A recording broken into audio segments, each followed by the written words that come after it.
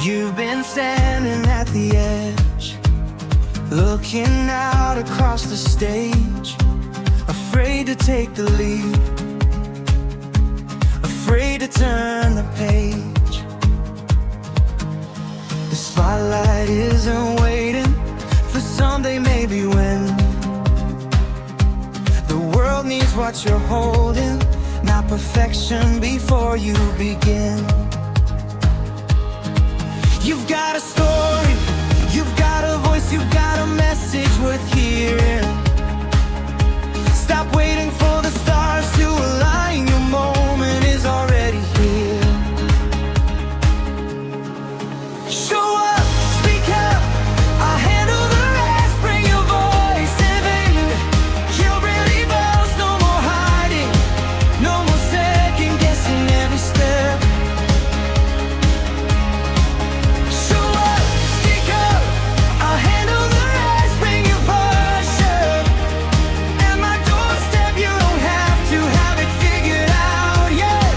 Just show up, speak up, I'll handle the rest. Show up, speak, and I'll handle the rest. How's that for an intro song? Keith and Jessica are joining me. We are live. Welcome to this exclusive special edition of Social Audio Soundcheck. This is a branded event that's typically hosted by Keith Keller, but Keith is my guest, and he thought that it would be a great idea to bring along the Social Audio Soundcheck to your stage live studio. I am delighted to have two members here with me, and I'm hoping that throughout the evening more people will join the conversation, join us on stage, and we are testing something new for the first time. We are streaming for non-members over on YouTube for individuals who have questions, curiosities that we may have piqued and want to get a good feeling and an understanding for what we're building here on Skool.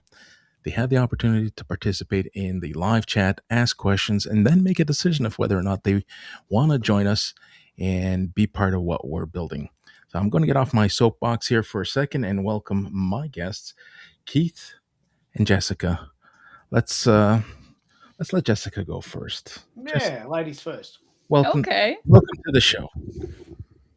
Well, thank you. I'm really excited to be here and do this. This is fun to see the cross platform work that you guys have worked out. Now, I am delighted not only to welcome you and to hear your experience, your sentiment, and the knowledge and life experience that you have brought to other conversations. And I'm delighted, and I'm just going to say it. At some point, I'm going to invite you to be a guest on the storytelling journey because I think you would be fabulous. I would love that. I would love that. I know we tried to get something together, and honestly, I have some projects that have just exploded recently, and I'm happy to talk to you guys about that off this call.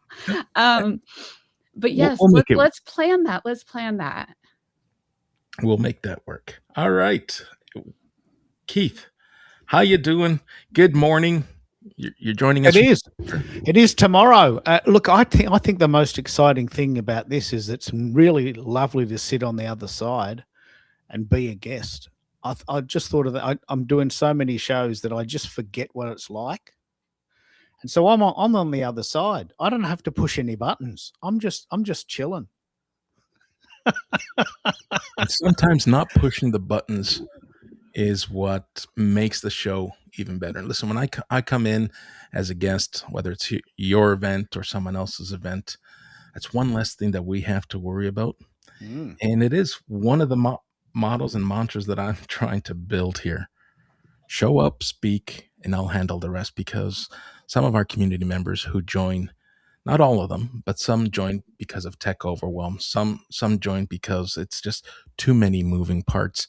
And I want to probably take the reins on some of those moving parts, help them focus on their conversation, be the guardrail so that they can be set up for success have a conversation, drive value, drive awareness, and focus on the message. And I will focus on the It's a present. very important skill. I mean, it's a very important offering.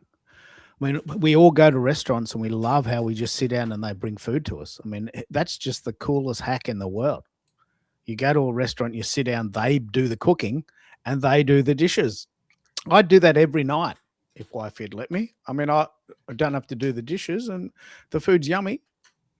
Maybe a bit too much salt and fat for a healthy lifestyle. But what you're doing is you're essentially cooking the meal and people just turn up and eat. Like, that is an offering. People pay money to go to a restaurant.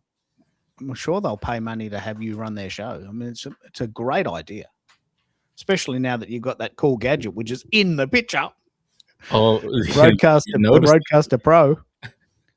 Yeah, so we got some new gear, and it's funny because we spoke about this earlier today with someone else. And when I say we, I mean myself. Sorry, but I had a conversation, and someone had mentioned, you know what, when you do something that you're passionate about, whether it's a hobby, whether it's a craft, or just a passion project, we all have a tendency of running out and front loading the spending. Let's buy all this gear. Let's buy all this equipment. And we hear stories so often where pod fade and just fading in general. You get all excited and then you realize, oh my goodness, this is so much work. What am I going to do with all this gear? And then you end up putting it on Facebook Marketplace and people like myself scoop it up. But you don't have to, and this is the message and the underlying message I'm trying to get across. You don't have to spend thousands of dollars. You just have to start, be present. If presence means talking into a laptop, then that's what it means. But as time progresses and as we get better and we're ready to differentiate ourselves and set ourselves apart and build authority, because this is about authority building. This is about trust building. And we've all had the conversation and we all agree for the most part that sounding good is by far one of the most important things, even more important than looking good. Because video, we all know it's great and it has a purpose and it's trending right now. And everyone's saying if you're not into video content, then you're missing. But how often do we just put our mobile devices in our pockets, in our purses, or put them away, and we put our earbuds and we're listening? And there's two things to play with. One is Jessica has a story where she listens to a lot of audiobooks, and before we met, she couldn't put a finger on why she just couldn't get through this audiobook. Even though the subject was interesting, she didn't know. And then when I said, it's probably, you know what I think it is? They're probably talking into a laptop. She goes, oh man, that's it. It sounds terrible and it hurts my ears. And do you want to tell that story of why it's so important? You were interested in the topic, but you couldn't get through the content, could you? And it came out of all of our conversations where I just had never thought about sound quality. I'm a visual artist. I'm not a musician. But I mean, I appreciate music. I totally understand it. But the idea of sound quality was not on my radar at all. So even when pinpointing, I mean, there were times that I'd just be like, oh, well, I don't like the tone of their voice. And I would almost think it was more personal about that individual. But there's things you can do with sound engineering to not have that happen and to fix it. And something as little as getting an actual microphone instead of just talking into your laptop. And it doesn't have to be a $500 microphone. There's plenty in whatever price range you're looking at that are high quality. And I for myself, it just wasn't on my radar until Keith, you brought it up. And then I started really noticing sound quality all over the place. And you can't unhear it, can you? You You can't go back. You can't unhear it. You can't. But you're now in a class of your own, and that's exactly what your school group's about, America. Yeah. Well, I'm very interested in how you're doing this. I use Substack and LinkedIn and YouTube via Restream, but you're doing it differently. You're sending the file to YouTube for everyone, and then Substack school members get something extra. Tell us how your school group's going, and tell us what is Skool. So, Skool is a community platform which I made the decision to invest in to build community, but build a place where live minded people, a little play on words there, live minded people come together, different professions, different walks of life, different stages of their live content journeys. But one thing remains constant: a safe place for people to bounce ideas, ask questions, and learn from one another. So for individuals who are starting and just have no idea where to begin, we have a classroom that I'm starting to resurrect and build. As questions come in, I will build modules to answer the questions, because a question asked today, there's no doubt it will be asked tomorrow, a week, a year from now by another new member. So I'm building a library that answers all those questions. I find it extremely important in this realm of content creation. It's one thing to learn, listen to a module, read a module, but there's no better way to learn than to actually do it. More importantly, watch the person who's coaching, who's mentoring you, and who's your accountability partner do it themselves. It's one thing to say, here's how you do it, here's how I've done it, now go out and do it. I just don't think that that's a fair way of learning, because we all learn differently. I want people to experience how I'm doing it, and I want to give everyone else an opportunity to book studio time here in the Skool community to try it themselves and not worry about what it's going to look and sound like in their public space, in their domain. They're doing it in my domain. They'll be accompanied. I'll be there side by side.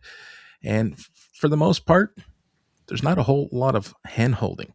It's really an accountability partner more than anything else, because once you hit that go live and the butterflies just kind of, you shake them off, yeah, you forget that you're on a live stream. And you're just having a conversation as if you were on the phone or in a boardroom or in a coffee shop. In America, I wanted to just back you up there with, there's just educational theory that supports that process as well. It's very well known with educators, the idea of we do it together, and then you do it, as a very good way of working somebody through learning a new skill. We use it with kindergarten all the way through adulthood. Yeah, it's a fascinating way to learn. There's no doubt. I know and I appreciate that you're backing this up, because there's a method to this madness. That practice makes perfect. We hear it, and there's no better way of learning. At least for me, I'm a kinesthetic learner, and there's a lot of kinesthetic learners all like myself. I got to roll up my sleeves. I got to do it. I got to fail. I got to fall flat on my face, pick myself up, and try to get until I get a grasp of it. When during my academic years, going through the books and trying to understand some theory that made sense, didn't make sense, it just became a memorization so that you can pass a test and hit a milestone. If you asked me after I had passed and graduated to run something back to you, I probably couldn't. I can actually say with confidence, I probably can't. Yep. Yep. Right? Yep. And that, I believe in education, it's not about just access to information and regurgitating facts. If you don't understand it well enough to simply explain it to somebody else, then you haven't learned it. You've been exposed to it. And I think there's a difference. And I think there's a place for exposure in education as well. But you haven't learned it. And that's important. Keith, you yourself, I recall you saying how you learn differently and you have a preference. Can you share a little bit about your learning methodology? Yeah. So I left school at year 11 because I hated Shakespeare. And I just hate reading. I just don't like it. I don't like a lot of things, but I just don't like reading. And maybe I'm dyslexic, I don't know, but the words don't make sense. I can read them out and I can recite them, but I can't internalize them. They don't make sense. So I'm like you, I have to touch it. I have to do it. I'm an experimenter. So I'm constantly trying things and analyzing if they work from within my own context. Maybe I'll share that with other people too, but that's not my job yet. But when I want to learn something, I have to do it. I don't read manuals. I don't read books. I typically don't watch YouTube videos. I just try it. I just have a play. Now that's a lot of bashing about, but that's how I learn. Oh, don't do that again. That button made a funny sound. Oops, I just deleted something really important. They better not do that again. And that's just, I bush about. But I know that if I hit that button, I have a very internal, almost visceral feeling. Hey, that works. That's good. I'm doing that again. Oh, I'm not doing that again. Don't like that. And this actually fits perfectly with what we've been talking lately about accessibility. You know, like it makes sense that if you just hang out with people in your town that look like you and talk like you and go for the same football team and like the same alcoholic drink, you think that everyone does that. But some people don't see color. Some people can't really fully interpret words, dyslexia, you know. Some people, they see the world, they feel differently. So I think it's important that we all, we try and accommodate for people. Like that's why subtitles exist on the TV and what alt text is on SEO, and why we have these funky images, because not everyone likes to read. Is that true, Jessica? Am I making that up, or do you think there's a disproportionate amount of people that just don't want to read it anymore? I think it's true. I also think that I do think that the education doesn't work for everybody. I taught 8th grade, and I taught students they had to be testing at least 2 years behind in their reading levels to even be considered for my class, and not special education, just they had fallen behind.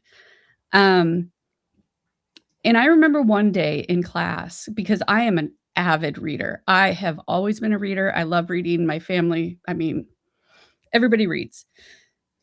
And I was looking at my class one day and I was like, a bunch of 8th graders, they're all, 14-year-olds. And I go, do you guys see like a movie in your head when you're reading?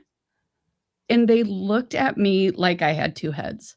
And all of a sudden I realized you have a completely different experience when you're reading than I do, because they were so focused on decoding words. The words never became a story. So how do you comprehend anything? So I changed my entire approach on how I was teaching reading because of that.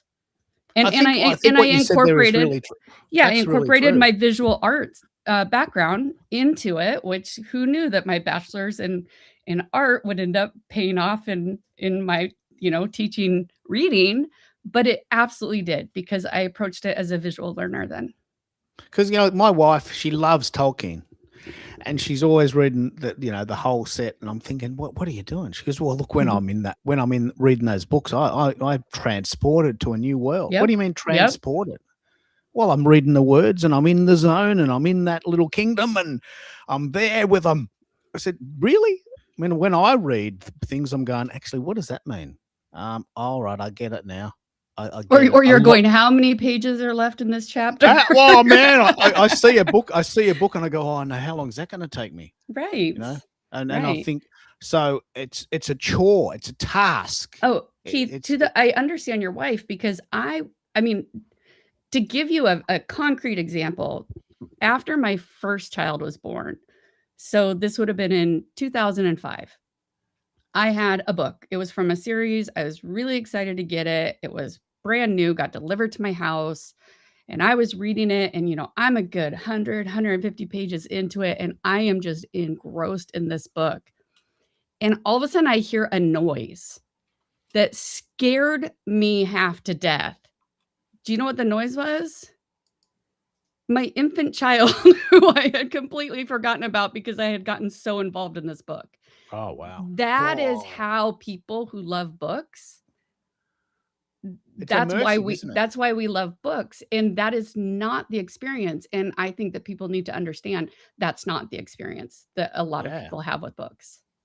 The story that we've told many times, which is rock solid in my brain and my belly, is that my year nine English teacher said to my dad, "Look, Max, we've got to get Keith reading. I don't know what you're going to do. I don't know what's going on in your house, but you've got to lock him in a room and get him to practice. Here's the book, Pygmalion."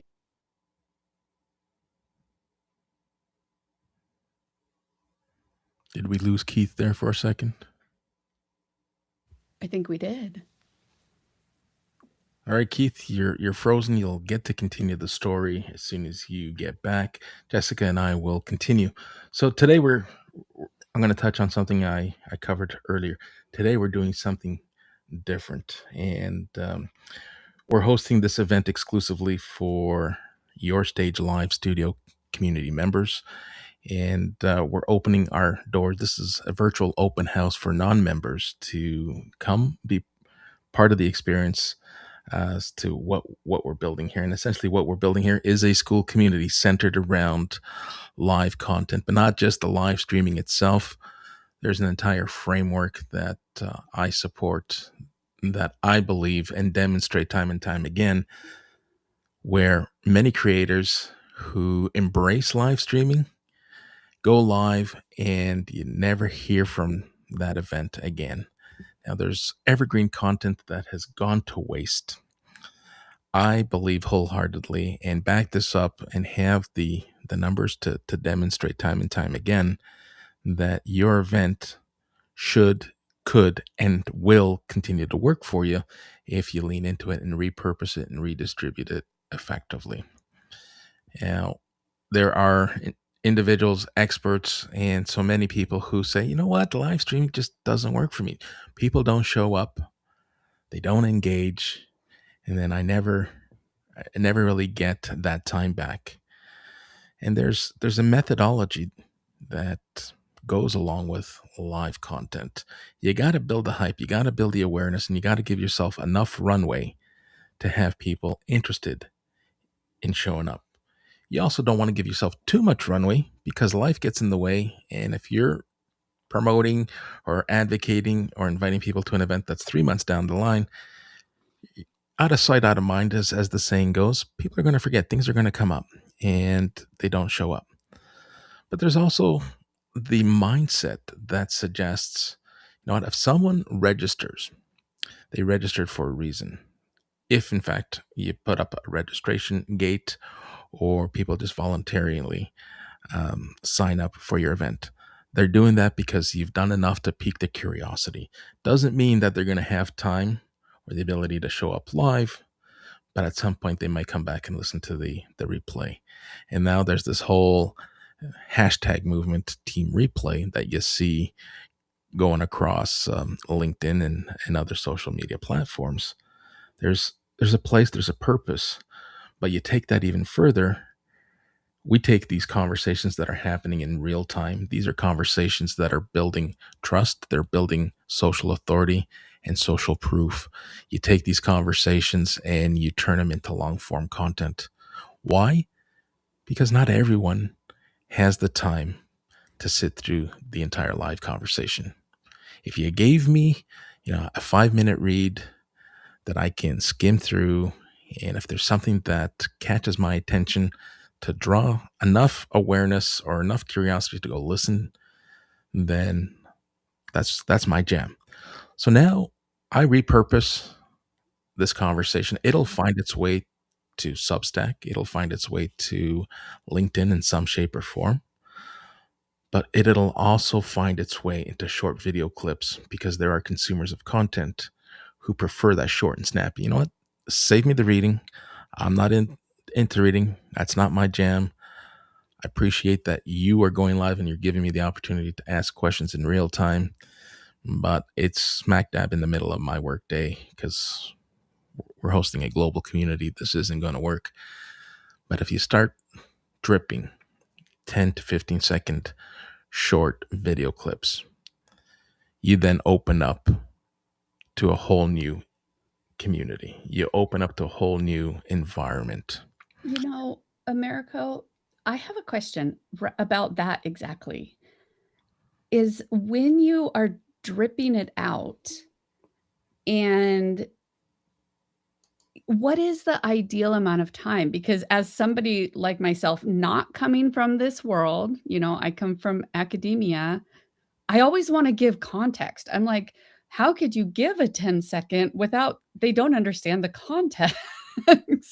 So can you tell a little bit about like what's the thought behind that for people who just aren't used to doing it?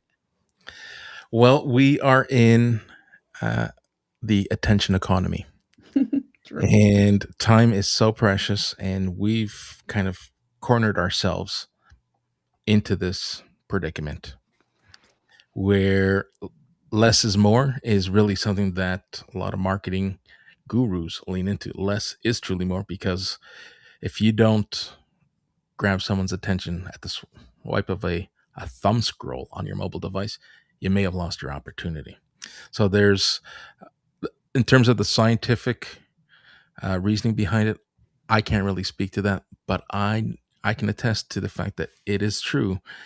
When I break up, and I will ask my AI agent, hey, from this conversation and from the context of this conversation, pull out and give me a timestamp on some points that will perform well as a 10-second clip. And it'll give me a list. Some are better than others. And I test them out. And listen, they work. They do perform differently across different platforms. And they do perform differently depending on how you associate and link to the original piece of content. So that in itself is an entire, probably a credit course that people I'm sure. can take. But what we're doing is we're creating breadth. We're creating choice, because we understand that consumers of content don't all consume their content in the same format that we like to put it out. Yep. And we're going to bring Keith back in. He had to reboot. There he is. He's back. Yay. And Keith is a prime example. He loves live conversations, and he will advocate. And I hope I'm not distorting, and I'll let him kind of back up what I'm about to say. But he prefers that people show up live. And if you missed the live conversation, you missed it. He's not going to invest in repurposing, editing the replays. If you want it, it's there. If not, I'm not going to bring further awareness to it. He will, however, drive awareness through Substack and the long form content. So he does repurpose, he does redistribute, just not to the same degree I might, where I will lean in and get the shorts to drive awareness of that particular segment that wants that short and snappy content. I do see an uptick, in the long form. I'll get a couple of views. It is suggested that you put out 3 to 5 short clips daily. Now, I also don't have time for that, because I'm always moving on to the next project. But if that's all you're doing, and if you're hosting one event a month, you can lean into that one event so many different ways. And you're starting to see that, and I demonstrate it across Substack, where I will get that short and snappy note to drive awareness and pique that curiosity to come read the full article. I'll do the same thing with short video. But one thing remains constant, is that everything that is being produced, everything that is being reproduced, and everything that's being redistributed starts and is centered around a real-time live conversation.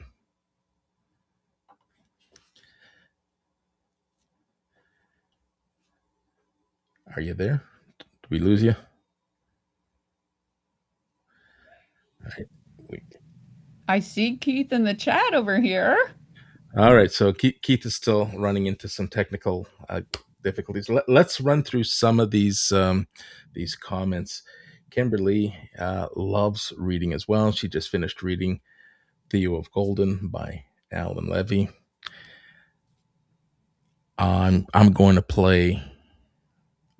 I'm not going to sugarcoat this. Never heard of the book. I haven't either, but there's so many books out there, and right now I'm focused on mainly research. So the last for enjoyment book I read was oh my goodness, what was it even called? The Midnight Librarian, The Midnight Library. It's a very cool book. Kind of about, you know, if you could go back and redo your life and live it differently, would it actually be a good idea? Wow, that's a great question. Right. How often do we look at ourselves in the present and Mhm. talk about, hey, if I knew what I know today when I was, younger, man, how things would kind of play out differently. And But then we also, when we look back, a lot of times we're picking and choosing, like, if everything went perfectly, you know, if all of those decisions lined up, then, oh my God, my life would have been so much better. But just because one decision or one thing happened differently might actually lead to a worse outcome. We don't know. yeah. Hey, welcome back, Keith. Hey, I got it working. What I felt last week, Jessica, we had a guy calling in from Chile, and he couldn't unmute, and then nothing he could do there worked. And I thought, okay, well, that's a pity. I felt that I couldn't unmute. The button just didn't work. So it's very fascinating. I might do this more. I might actually go on other people's shows just to feel what it's like. Yeah. To be a guest. But I'll tell you one thing, you might not know this, Jessica, but people that don't like reading always have this sense of loss that we can't do it. Mm-hmm. Like, I mean, to hear you describe that you can sit on a couch and lose yourself in a book for hours. Well, I've never experienced that. I can't experience it. I just can't. I look at a book and I go, okay, well, now I've got to read this. And sometimes I say to Carol, hey, guess what I'm reading? I'm doing it. I'm 3 sentences in. I'm not bored. I can do it. I'm getting it. Keith, do you ever pick up a book and feel? Uh-oh, we got the toy out. Little golden book. It's taken you into a whole different dimension. Never. I've never experienced it. But Keith, you know what you can experience? I bet that I don't, is that connection to a musical instrument. Ah, yes. Where you actually feel the music going through you. For me, playing a musical instrument is work, and that's all it is. Ah, okay. And so I bet for me, reading is enjoyable the way playing music is for you. And it's vice versa. Yeah. We listen to music probably 8 hours a day, every day on the weekends. Like, we turn it on about 10. We're listening to Spotify. We got about 5 bands that we're going to see. So a very good example. Like, I'm really into music. I feel it very intensely. Mm-hmm. So next week, a couple of weeks, we're seeing a band called Shinedown, who have had a few hits, but we love metal. Like, we love really loud guitar. I love that. I love that about you. And they're being supported by another band called Bush, who is an English band. So what we did was Spotify does this. It says, okay, what's the current set list for Shinedown on tour in 2026? What order are they playing the songs? They've got hundreds of songs, but what order are they playing the songs? So we, just like you just said, we put this set list on it and we imagine ourselves in the chair going, hey, you know, in 3 weeks and 1 day and 4 hours, we're going to be sitting in a chair watching this band, and this is the first song, right? And this is the second song. Oh, I love this song. Ready? You know, so you're transporting yourself. Transporting myself into that. So in 3 weeks from Friday, Geez, it's come up quick.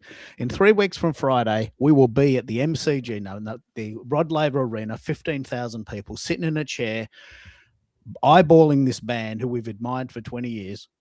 And they're coming to Australia, and we're going to see them. And we've got all their songs listed in our brain, and we know what order they're in, and we know the words, and we're going to sing our guts out. And there's 2 bands that we like, so we're getting a double dip. And we're going to stay in the city. We're going to get a meal beforehand, go and get a drink, go and see bands, stay overnight, get breakfast included. It's going to be an adventure. It sounds fantastic. So that's the way I process the world. Mhm. Right? I've never, ever, ever, ever experienced it through reading. Never. And sometimes I think, geez, that's an experience I've never had. Like what people that are, say, colorblind must feel when they can't see color. Yeah. Like, what do you mean the sky is blue? It's just grey. Everything's grey to me, Keith. Everything's just this grey color. In fact, I don't even know how to describe color because I can't see it. Oh my What do you goodness. mean? Don't even get me started. I had a feel horrible moment in my corporate days where one of my direct reports was colorblind. I had no idea. And I had put together this storyboard, and it was all color coded. And I had asked him to, all right, pick one of the color segments, and we'll kind of zero in and focus and build a conversation around it. And says, well, you pick one for me. Was like, no, go ahead. I want this to be an immersive meeting. Which one would you like to go with? And he couldn't tell me the color because he couldn't see which colors. Yeah. Now he could have, just said, what, red, not knowing if whether or not red was even an option, but he also didn't want to just guess.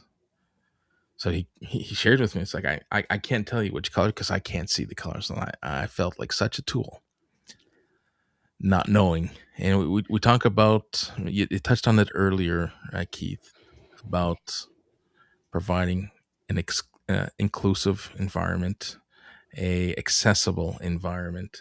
And that is a reality that many of us are oblivious to. Yeah. Well, I came across someone today. I don't know if you've heard this phrase. I'd never heard of it.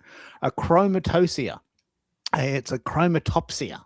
Now, this person is very, very quite well. I think she works for Google. Really high level, like doing a high level job. Technically colorblind, and chromatopsia means that you can't see color, and everything is sort of a blur. It's So sort of not that's sharp. full spectrum colorblind, not just because some of them are just like red, green. Like there's certain colors that they don't see or can't distinguish the difference between. Not everybody is fully colorblind. That must be what that is. Yeah. So, and just what we take for granted, the color Mm-hmm. wheel, for instance, in marketing, how red works with green and yellow works with blue. And we see that because we see the contrast, and because of that, it creates a feeling, I guess. And there's something to be said about that for marketing theory. But imagine if you can't see color. Like someone once said to me, I can't taste food. What? So Keith, I had a funny story about a student who was colorblind. So I taught 8th grade U.S. history and English and reading, but because I have a degree in studio art and art history, they gave me one art class to teach, and they were 7th graders. And 7th graders, I often say, are from another planet because there is just so much going on in their little bodies. And so I'm teaching this art class, and I taught the 7th graders color theory because I think it sounds really fancy, but it's actually very simple. And it does help you understand why things look good together or if you want to make an impact. And so we were doing color wheels where they were having to mix the primary colors to make up the secondary colors and to make up the tertiary colors and talking about all of that. And I go over to this one student and I said, oh, your green is coming out really nicely. It's very balanced. And he goes, is it? I don't know. I'm colorblind. And I looked at him and I'm like, You know, just for future reference, that might be something you wanna share with an art teacher. And the kid was like, "Oh, yeah, that's a good point." And I was like, "Okay," and we just continued on. But it really does. There's times that you just don't even think about the Hmm. needing to make some accommodations because it's not obvious. You don't know that somebody's colorblind. You don't know that somebody is dyslexic. You don't know if somebody can't hear you very well. You don't know those things. Look, it's the same happens with music. Like, I don't know, and I can't understand why people can't hear what I hear. Mhm. So, my wife's learning guitar, and we're listening to songs, and I say, "Can you hear the bass line?" "What, Keith? It's just this noise." "Well, just focus. Can you hear the bass line, the deep bit?" "No, I can't. I can hear the guitar and I can hear the singing, and maybe there's a harmony singing there, but maybe I can hear the lead break when it's playing. But what's the bass line?" "Well, Mhm. it's that deep one. Can you?" "No, I can't." And we had this really amazing thing happen. Really amazing. We went shopping. This is the curse that happens when your ears start to wake up. And we're in this shop at Christmas time, and like every department had Christmas carols, but a different one. So we're in the menswear department, and they've got this sort of rocky, sort of Bruce Springsteen type version of Christmas carols going. And then we went to the homeware section, which is on the same floor, and they're playing the girly ones. Mhm. But they're not in sync, and they're not the same song, and they're not Mm. the same key and the same rhythm. And I'm sitting right in the middle. Wifey's looking at the plates, and I'm looking at the jeans, and we're sort of hanging out, talking to each other. And look, I nearly collapsed. Like, I nearly collapsed. I had to go because my brain is thinking, "Hang on, here's Run Rudolph with a rock riff in B, and then there's this sort of Santa Claus is coming to town over here in C with this funky little keyboard part and these girls singing." And my brain just exploded. Like, I said to Carol, "How do you do it? Well, can we go? Well, what are you hearing? Well, what are you not hearing?" "I'm hearing nothing, Keith. I'm looking at plates." "Well, can't you hear that? Can't you hear Rudolph is coming to town and Santa Claus is over there? Can't you hear that?" "No, I can't hear it." And once I got her to sit down and tune in, she goes, "Oh man, what am I missing? Does this happen a lot?" So it's the same as color blindness, isn't it? Mhm. Or music theory. I can't understand why people don't understand because it's so simple to me, you Yeah, know. yeah. But And I want to lean into that, but before we do that, I've had the question up for quite some time, and hope Kimberly's still there. What type of research do we do? And I believe this goes back to Jessica when you mentioned that you're doing some research, hoping that we Yes. can share a little, shed a little light on the research that you're conducting. So the research I'm doing, I just finished my first year, starting my second year next week. So I'm not going to be as available to jump on these, Keith, but I'm still going to be around. Second year in a PhD program. I'm getting my PhD in global leadership and change at Pepperdine University. And my focus is around structures that systemically uh, under identify or misidentify leadership potential based off of societal norms. So that's basically it's the idea of why can't the custodian be the president of the United States? Is it their title or is it their actual leadership qualities? oh, Jesus, this is so important, Jessica. I Oh, this is know. so important. This I'm going to be I'm going to try and be as non-confrontational as I can about this. But at the moment in Australia, we have a potential leader that failed year 11 Yeah. and ran a fish and chip shop, and has got into Parliament. And the question is, has someone who hasn't even finished high school got the skills to run the country? I would say that you would need to look more at his accomplishments since he was 16 years old. That's what is so crazy is it's like a decision he made when he was 16, 17 years old is now going to define whether or not the rest of his life prepared him to be a member of parliament. Now Yeah, here's a question without And I'm just saying that coming from somebody with a master's degree working on my PhD. So I get the need for education and I love getting education. I love going to school.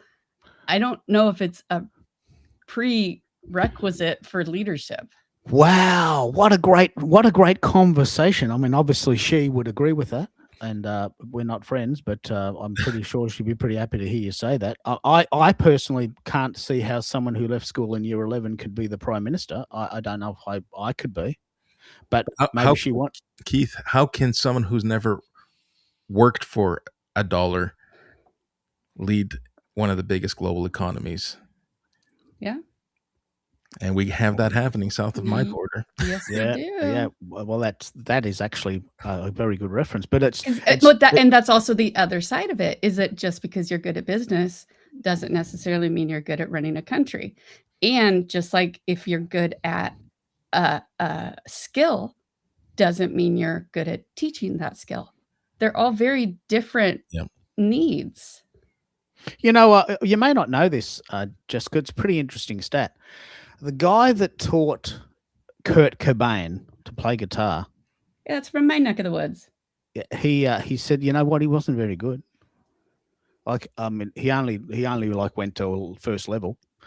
The school teacher that taught him to play guitar is about 10 times better, but is still teaching year 9s. And Kurt Cobain is world famous for writing some of the best songs ever written, and dying young because of it. And so his technical skill as a guitarist was actually probably only marginally better than my wife, who's been playing for 5 years in the bedroom. Mhm. But he put those together in such an iconic way that those songs, I think they only did 2 albums. Those songs will live forever. Yeah, I'm trying to think. Literally, I mean, he grew up in a small town. Oh, that's right. He's from your. Yeah, he defined the Seattle sound, didn't he defined the Seattle sound. Yeah, it used to crack us up how I remember being in my senior year in high school and visiting my family in Oklahoma. My dad's side was in Oklahoma. And it is middle of the summer and people are wearing flannel. And I'm like, what are you doing? Like we wear it in Seattle because it's actually cold. It was a trend, wasn't it? It was. He defined an entire generation. It's a very good example of what you're talking about. Like he was a bit of a rebel, probably didn't finish high school. He's not that Look good. at the wasn't that- impact. Look at the impact he had. Yeah. And Do you think it that wasn't necessarily. translates? I absolutely do, because I think there's people who can have massive impacts in the world in a positive way and in a negative way. Yeah. And that's not necessarily dependent on your academic success. Oh, that's so important because, you could probably slow down a potential leader just because they didn't finish high school. 100%. And someone who's got a postgraduate degree could be a real dickhead. Yes. True. Well, my Oh, Keith, you crack me up because I am so careful not to ever swear whenever I'm on any of these shows with you guys. but you can be book smart and not street smart, and that Yes. right, yes. and that is a reality that my better half reminds me of. It's like stick all those years that you spent in school, shove them up, where. Because if you and I were to go toe to toe on the streets, I would win. Like she left the house at 17, didn't similar narrative to Keith. Didn't want anything to do with school. Wanted to work. Wanted her independence, and she learned most of her lived experience was learned on the streets On the and go. pavement, right? Have you seen a movie called The King's Speech? Yes. Do you know the one I'm talking about, America? No, I have not watched it. This is an amazing story. My wife and I had a fight about this. The King's Speech is about King George VI. Not a lot of people can say the sixth. That's a little hack for humanity. King George VI, crisp. I can say THs. That's a skill. So King George VI inherited the actual kingship, the monarchy, from Edward VIII, who abdicated in 1936. And he didn't want to. Right? He wasn't a very good speaker. He stuttered and he wasn't very confident, and he didn't want to be king. This is 3 years before the Second World War. And they tried everything. They had all these really major people from all over the world trying all these different theories, right, about how to speak better in public when you're nervous. Right?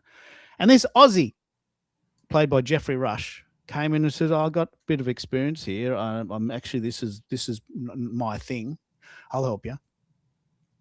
And he solved his problem, and they became good friends. And he did big speeches, like really important speeches.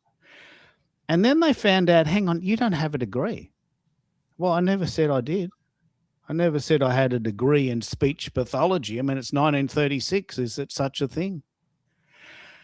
But what I did do is I worked in the First World War, and I taught people to come back to reality after being, in the trenches.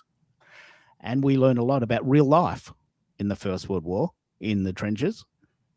And there's nothing in the book that can teach me that. Anyway, so the whole of the England society was against him.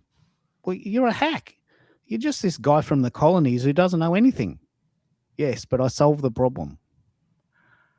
And no one else can solve the problem in spite of their degrees and all their bullshit. There we go again, Jessica. I'm getting inspired. And then we watched the movie at the cinema, and my wife and I, we had this huge fight because I left school in year 11. She's got 3 degrees. And she goes, "Keith, I still can't understand how he got the job. How can he possibly know anything if he didn't go to uni?"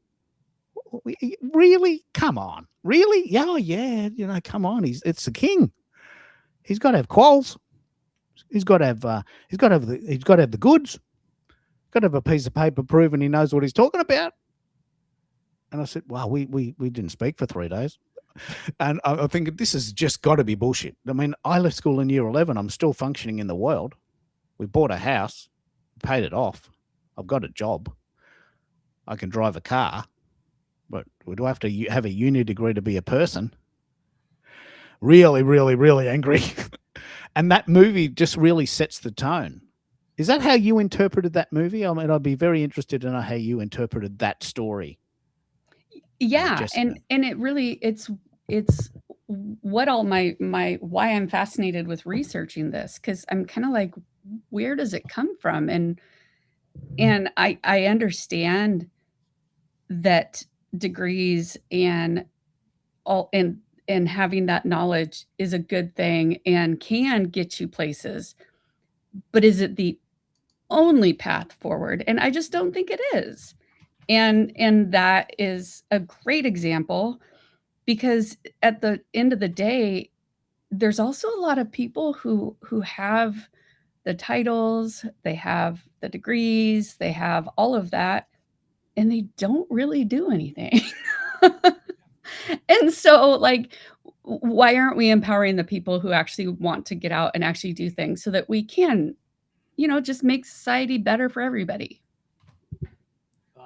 It's so good, especially as it relates to global leadership, and it's very fortuitous that we've met, isn't it? Because you're really doing is. Yeah, we are doing it on the ground. Yes, we're doing it on the ground. Well, and for people who don't know, I met Keith in April because I was using him as a reference point to some of my research on Substack, because I just started writing on Substack, and I had an agenda, or I had an assignment I could connect to it. And so that's really the only way Keith and I even connected. And it's one of those where you just start peeling back the layers, and it's like, we see a lot of things the same way, even though we are on the opposite side of the world from each other. It's extremely important. And we've mentioned a lot about accessibility. If you want, I can talk a bit about this, but you've probably got more questions from the audience, I'm guessing. Yeah, let's Uh, let's answer Kimberly's question to complete the loop here. What do you hope to accomplish with your research? Is this your dissertation? It is. It is my dissertation. I haven't started it. I'm not going to start my dissertation for another year. There's actually a lot of like steps I have to go through to get approved to like do research and collect human information from people. So I have another year before I do that. And what do I want to do with it is a fantastic question. Honestly, I've always wanted to get my doctorate, and I'm at the end of my career. My 2 boys are both in school themselves, so I thought it was a perfect time to do it, and I'm not exactly sure what I'm gonna do. I definitely would really like to write a book at some time, at some point with the different things and that I know and learn and think. And Keith already has me on a book tour for that, even though I don't even have a topic have you really. thought of doing a TED talk? Have you ever thought of doing a TED talk? I would do a TED talk. I absolutely would do a TED talk. I mean, really, I'm just kind of tiptoeing into this world because I have a full-time job, and which I luckily in my full-time job, I'm also getting to support and empower people who might not otherwise be given the opportunity. And then going to school full-time too. So I'm not trying to do everything at once. I'm also just enjoying myself with meeting some really, really interesting people. No, it's very, and I love how we're sharing these great examples, like the King's Speech, Kurt Cobain. He was not the best guitarist in the world, but he had hits on the radio. Yeah. Hey, Yeah, and I got to tell you, I am meeting some wonderful people in this community. People who bring different points of view, different experiences, and they share one thing in common. They want their voice to be elevated to the point where people value what they have to share with the rest of the world. And today's conversation, I had the pleasure of speaking with one of our community members, Michelle, and she hosts. I kid you not, she hosts a sewing community. Now, other than my home ec course that I learned survival sewing.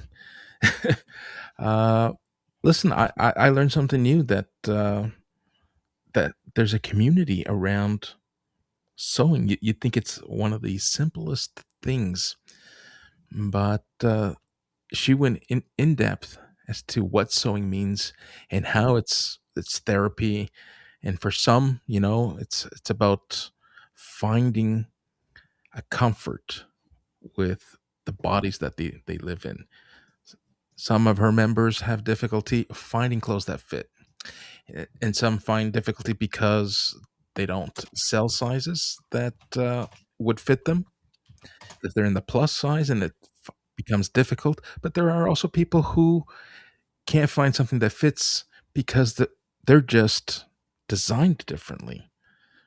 And when clothing is, put together and manufactured and produced in a different continent, you bring it to the Western world and it fits differently. And I could tell you this because I'm a big guy with broad shoulders, and I need to get a double XL to get a shirt across my shoulders.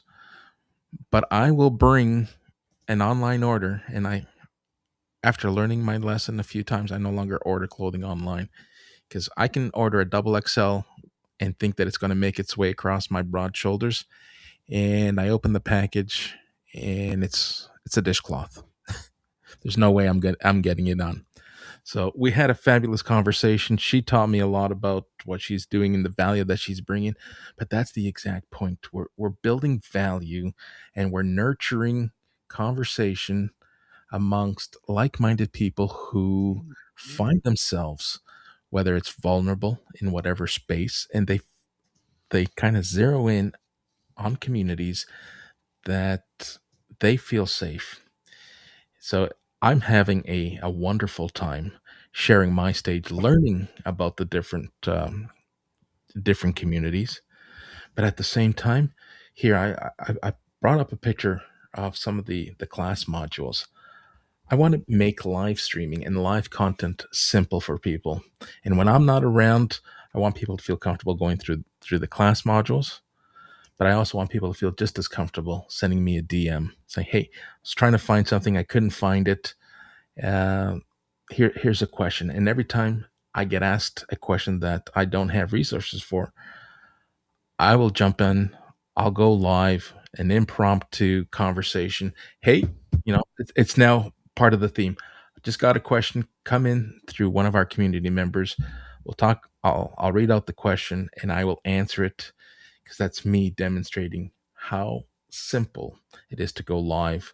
And nobody shows up. I didn't give myself any runway. Didn't run a campaign to drive awareness to bring people to the conversation. Going live sometimes doesn't require anyone to show up, because what you're building is a demonstration in itself where people can feel comfortable. Well, if Americo just did it, then perhaps I can do it. And I want people to feel that level of confidence and believe in yourself. That by far is, if you're going to take anything away, take this away. Believe in yourself, because you've got the lived experience, and the only person holding you back is you. I love what you said there. This is quite an amazing synergy. I'll talk about this a little bit more in a minute, but you may not know this, Americo, and I'd be interested if you know this, Jessica. There's a whole movement called fiber arts, and I didn't know about this because I'm not a sewer. I don't do crochet. I don't do anything with wool products. Yes, but apparently there is a whole group of people that call themselves artists with fibers, fiber artists. And I thought, surely that's got to be a made-up word. But no, it's a thing. People love playing with wool and fabrics and So, Keith, texture. Yeah. I do needle felting. Oh, there it is. What is that? And needle felting, it's what you're talking about. So if you think back to like really olden times, old times, like when people were making all of their own toys, and think about those very dense wool little figurines and dolls. Do you know what that's wool felting. And all you do, it's really interesting because I just taught some people this. It was in a community building workshop I was doing where I had some crafts to do. And then we just sat and talked, and it was amazing. But needle felting, you just basically take loose wool and you poke it with this needle that's got a barbed into it. So it mats it. And I'll send you some pictures. It's almost like, for me, it's doodling in 3D. Like, I don't do it for any reason. If somebody wants me to make them something, I'll make them something. I don't sell anything. I just do it for fun. But yes, fabric arts and crafting is very, very, very much a very thing. Popular. Doodling in 3D. I mean, yeah. Wow. That is it, isn't it? Because you can't mess it up. If it's the wrong color, you cover it up with a different color wool. I mean, you literally can just sit. I've been making this tree for months just because I just add different colors on it. Because sometimes you need time out from thinking, and I get it. Sometimes you just need time out, just to be able to sort of be in the zone. We do this with music and bands and things like this, but other people would do things like this. Needlework and crochet and needle felting. Needle felting. I'm gonna send Never heard of that. I'm gonna send you a picture over on Substack. Yeah, it's a very, very, very cool thing. Listen to what's unfolding. We've left the tech. We've put the tech to the side. We're now just having a real live conversation about sewing. It morphed into crafts. We have Patty May 3000 for jumping in. I often have had to alter my husband's dress shirts because his neck is way bigger than his shoulders. So this is a real life example of how easy it is to just go live, have a conversation. Stop focusing on, content needing to be polished, needing to be perfect. Going live in an era where everyone is screaming, slow down with the AI, slow down with the overproduced, overpolished content. We have built a community, and I continue to build this community to bring and sustain that human connection. Yes, there is AI involved in some of the preparation and some of the post-production work, but you can't replicate what we're doing here. We have reached, okay, Australia, Western US, and Canada. 3 continents, 2 continents, 3 countries, and we have people engaged in this conversation, a real life conversation. If I were to post something about sewing on LinkedIn, on Substack, I might not get the same attention. Now, this is not to say that there isn't an audience for this. My lane is live streaming and helping people, whether it's through tech, through confidence, through mentorship and accountability, find a way to bring the right audience, the right people to the right conversation, and do it with ease. And I'm going to share that motto again. You show up, you speak, and I will handle the rest. And once you're ready, if you want to produce and do this on your own, we'll help you do that. If you find yourself at a stage where you want to focus on your business, you want to focus on public speaking, you want to focus on whatever the task at hand is, and you need someone to help you, hey, we're here for that as well. Wow, it's and you've got you're covering all bases. It's very important because some people just need a little bit of a leg up, and then they're off to the races. I can do this. I can do this. Can you just get me started? In fact, you've actually said that several people have left the community once they got started. Yeah, absolutely. And it's a strange sort of a strange compliment. But other people say, "Well, can you hang out with me when I do it? Can you be there with me where I do it?" And other people say, "Look, can you do it? And I'll just talk. Can I just talk?" Like, there's a great comfort, I can tell you for sure. There's a great comfort in just sitting here and doing the talking without having to push any of the buttons, because it's bloody hard work. No one knows how hard it is until you do it. It's bloody hard, especially with slow internet here in Australia. But just sitting here and talking, I could do this every day. Please, let's do this again. I could do this every day of the week. Yeah, and I wish we could do more of this. And I understand that growing a global community, some people are just getting up, some people are just winding down, so it becomes difficult.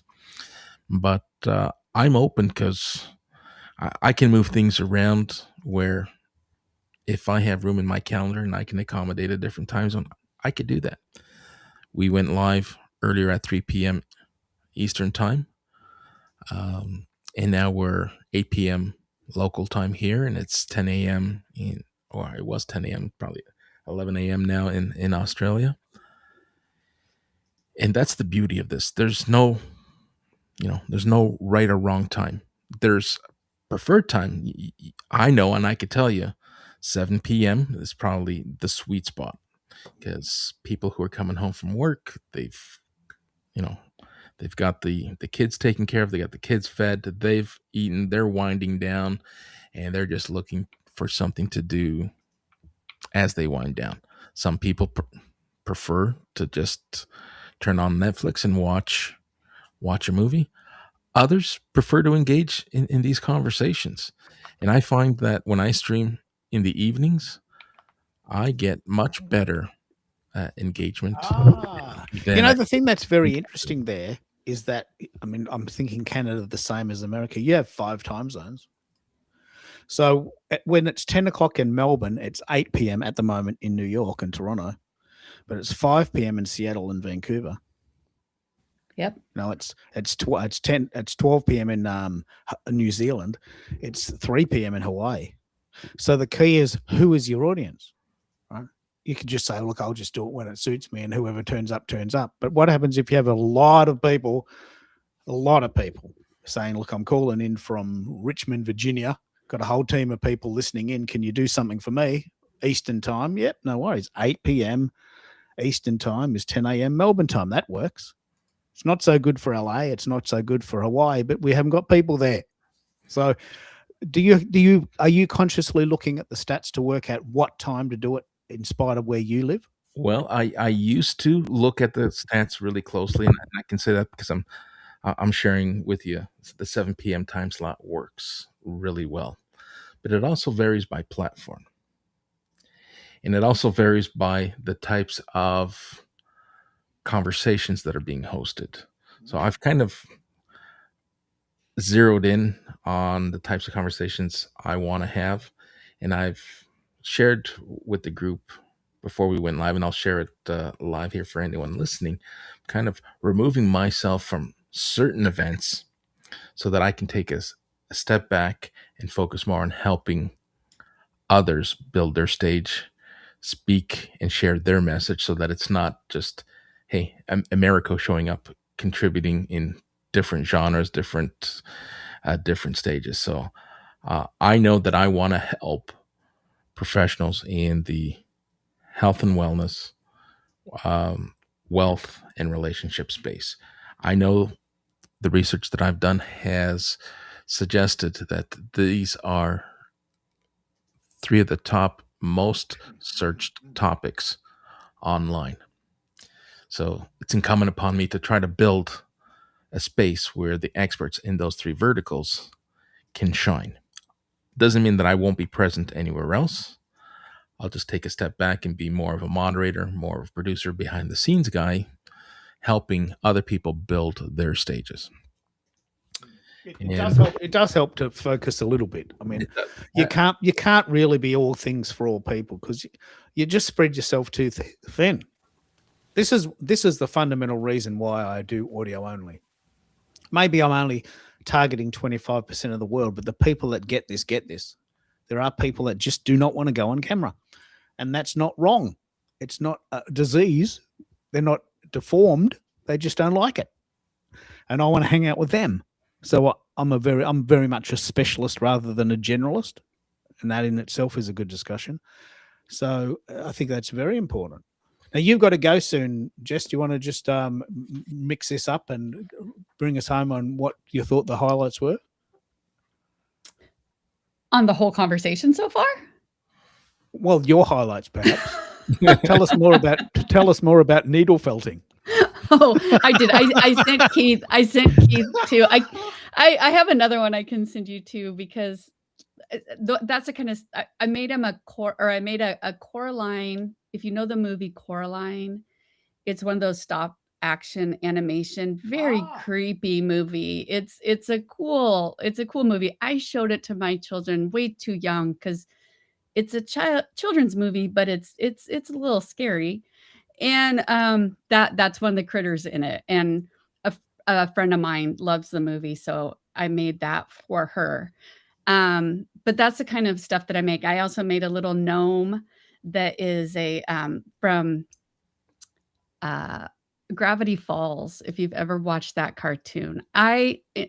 Another piece about me, Keith, that maybe you have picked up on, I love pulp culture. So I'm always picking up on little things here and there, and having fun with what's going on in the world. And you know, I'm very much an artist at heart. Does that help your teaching? Do you relate to your students better?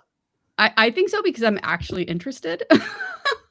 Like I have an innate curiosity where, like, when I ask a question, I'm usually actually interested in the answer. I'm not just asking a question to be part of the conversation, you know. It's because I'm really curious.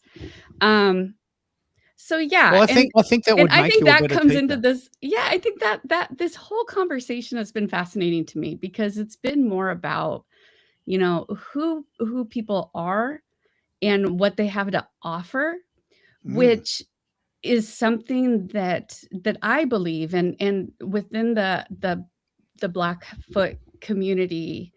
We learn a lot about Native American traditions in the United States. I'm sure other places that you learn about the Native people from your area. One of the tribes was the Blackfoot. I believe it's Sitka Blackfoot. And one of the things they believed was your wealth comes from not what you have and what you own, what you possess, but what you're able to give to other people. Yeah. I have this And really lovely so phrase I called the know. potlatch. Have you heard of that? Have you heard Yeah. of the potlatch? Oh my goodness, yes. I mean, we're in Seattle. I've gone to, we have the long houses and gone to full salmon events and canoe races up here. It's pretty amazing. Yeah. But yeah, that's how I started my last workshop with the group of educators that I work with, because they are the custodian, they are the paraeducators, they're the support staff in the buildings, they're not the teachers. And a lot of times they think of themselves as just the secretary or just the bus driver. And so we started the whole thing with the idea of, what are you bringing into this group of leaders within your profession to help empower others? And it's a powerful way. And that's what I hear from, and that's why I think I connect so much with you and Americo, is I hear that passion with you guys too, where you want to help other people be successful. It's not just about you. And honestly, sometimes just having somebody turn around and be like, thank you. It means more than anything else could. It's very much the antithesis of what social media is, isn't it? Here's me. I just scored a bit of cake because I've been here 28 years. Here's me. I've been here 28 years doing this job, and look at me, I got a badge. Yeah. Yeah, okay, you got a badge and you're having a piece of cake and you've been doing your job 28 years. Yeah, good on you. Good on you. Have a good life. But that doesn't affect me at all. I mean, Right. I'm excited that you've bought a new dress and here you are on a holiday, but how does that help me? It doesn't help me at all. And you're just showing off, really. Yeah. So social media is very much look at me culture, which I'm totally against. And it's all about, well, okay, we're here to help. I know some things, but if you've been to my shows, you know that most of the time it's about who comes to the show and what they've got to say. Like the show where someone came from Uganda. Right. Actually, it was Nigeria, wasn't it? They came from Nigeria. Was it Nigeria? It was Nigeria. Yeah, and none of us on the call knew the capital. And she says, I'm from a town called Abuja. Is that big? Oh, duh, Keith, it's the capital, 2 million. Well, I don't know that. I've never been there. So the whole world becomes the classroom, doesn't it? She had some stories. We learned from those stories. Well, We've all and got think stories. about the narrative that you have in your head when you think of certain places that you've never even been to. Like the idea that city was a big city was like, oh, well, yeah, of course it's a big city. It's the capital. But for whatever reason, that was a narrative that was in your head from somewhere, and we all do it. We all do it. Yeah, it's so fascinating. It really is, and that's why I like Skool. And as I mentioned, when you find a free moment, we will schedule you in. We typically go Thursdays, alternating Thursdays. I host it with Jay Pasqua. He is the master of storytelling. He's from down south. He's in Alabama, and he co-hosts the Storytelling Journey with me. And I would be delighted to have you as our guest and share a little bit of your narrative. Let's talk academia. Let's talk whatever it is that has brought you to where you are today. Yeah. And we I would love to. I would love to. And just if anybody wants to read any of my stuff on Substack, I'm Small Town, Big Ideas. And why that's the name of my Substack is because I actually grew up on one of the islands out here in the Puget Sound in Washington State in the United States. And it only has about 10,000 residents on it. and you can only get to it from a car ferry. There are no bridges to it. So I grew up in a very, very small, isolated community, even though I was, a ferry ride away from downtown Seattle and Tacoma, Washington, which is where I live now. And so it's given me an interesting perspective. So anyway, if you have any interest, if you want to look in, you can check out my Substack. That is fascinating, because the one thing that Jay and I zero in on, and it's never planned, there's always some kind of direct or indirect connection with our guests. hmm And the fact that you mentioned that you grew up on an island. Well, I was born on the island of Terceira in the North Atlantic. It's Portuguese Oh, wow. colony. Jay is from Guam. Okay. There's this island connection. I'm telling you, there is, and I talk about it as there's a safety. There's a safety from my childhood that you can't understand or explain, and it's hard to recapture from living in a community that's isolated like that, and that everybody knows you. So you're going to be taken care of. Yeah, that could be both good and bad. Absolutely. Oh, I've got stories of both. Trust me. I mean, I literally I went to kindergarten with some of the same kids I graduated with, and my high school class was 76 people. So I've got good and bad stories for sure. But looking back on it in terms of like being a mom now and how to create that sense of community and safety, it almost just was in that environment, whereas we have to work at it a little bit more in larger cities. That is fabulous. I'm looking forward to some dates when you're no pressure, no rush. It's got to fit you and Okay. and your life. Sounds wonderful. Thank you so much. I've enjoyed my time. I always enjoy my time talking with you guys. And like usual, I'm jump off around 6:30 or 7 because it's dinner time. So Go have a gotta lovely live your life. evening. Yep. Yeah, no worries. Go enjoy dinner, and we'll talk again soon. Okay. Take care. Bye. Now, if you look at what's unfolding here, I haven't mentioned much about it, but I'm going to take a moment here to describe what's happening. People come to your stage live as a community member. They come to practice. They come to get their reps in. Some come because they're not comfortable speaking on camera. Look at what we're doing. We're having a wonderful conversation, and we're off camera.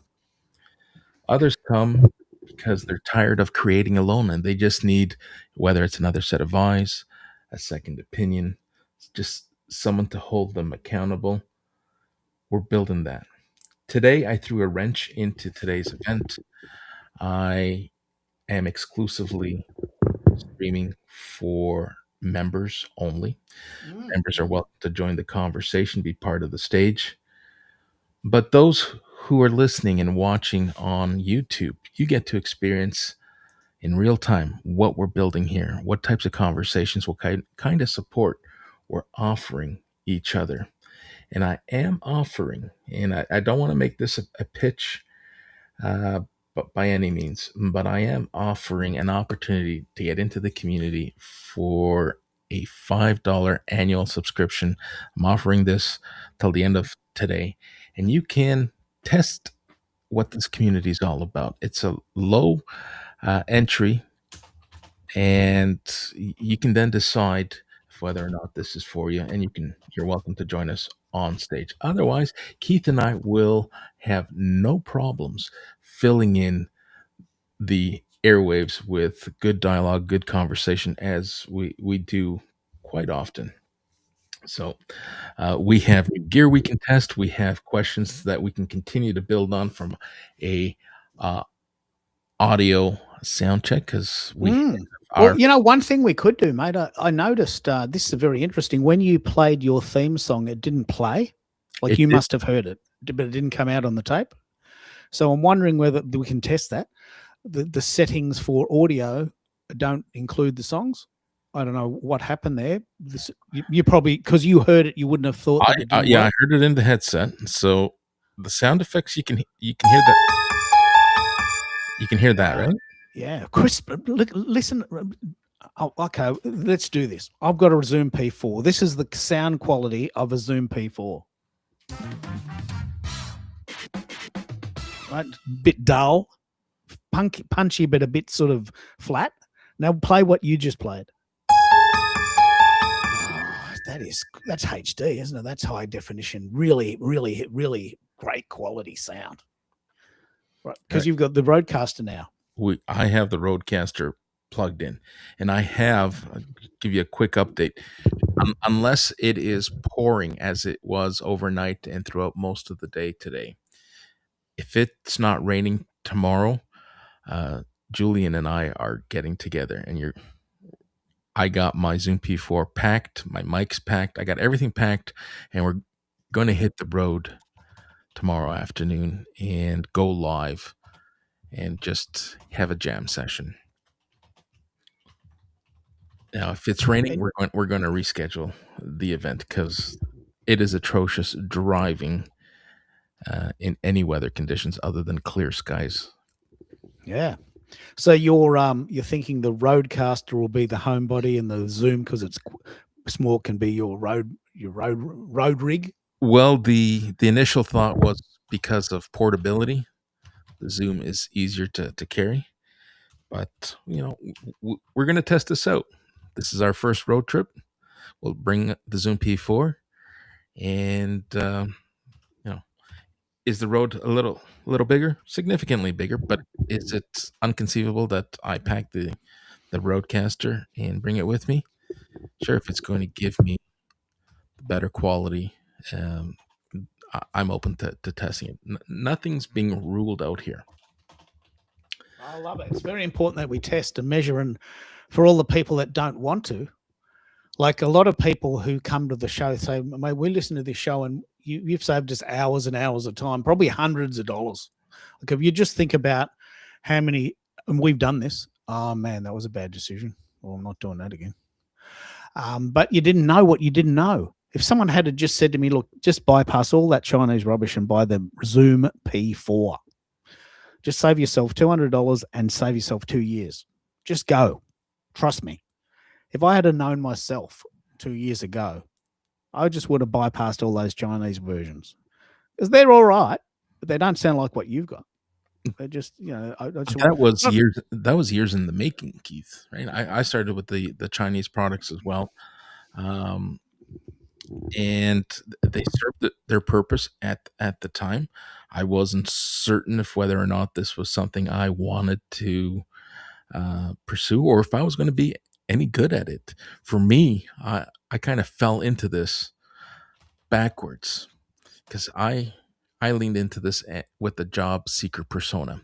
I was trying to find ways to differentiate myself as a job seeker, because pounding my fingers into the keyboards and creating written content, everyone else was doing that.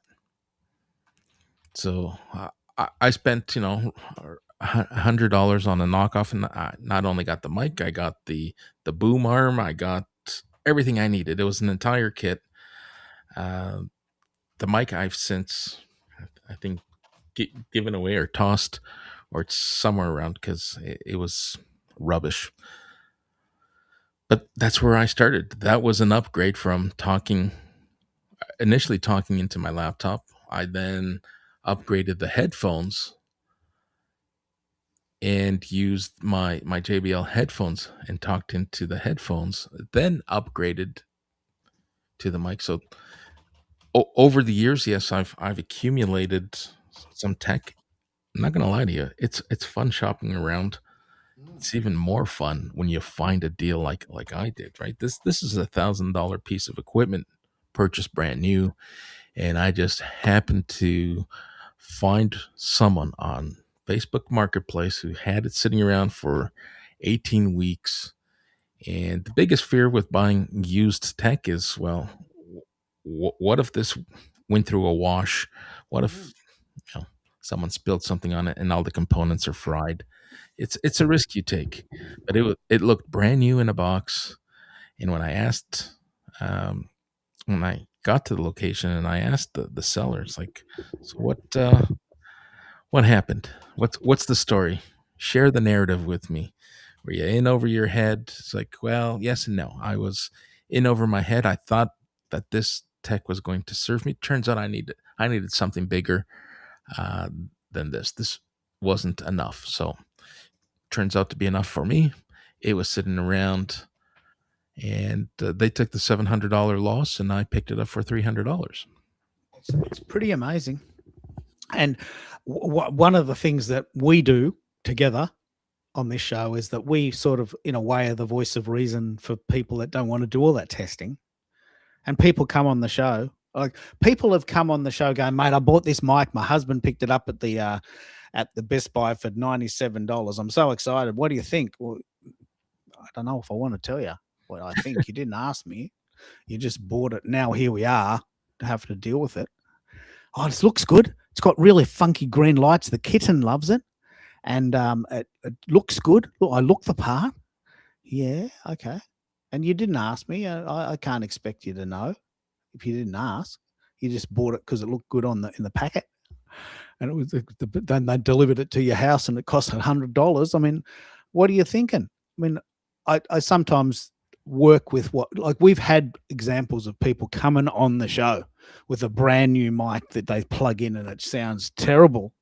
And then you've got to debrief them on that. Well, this wasn't my decision.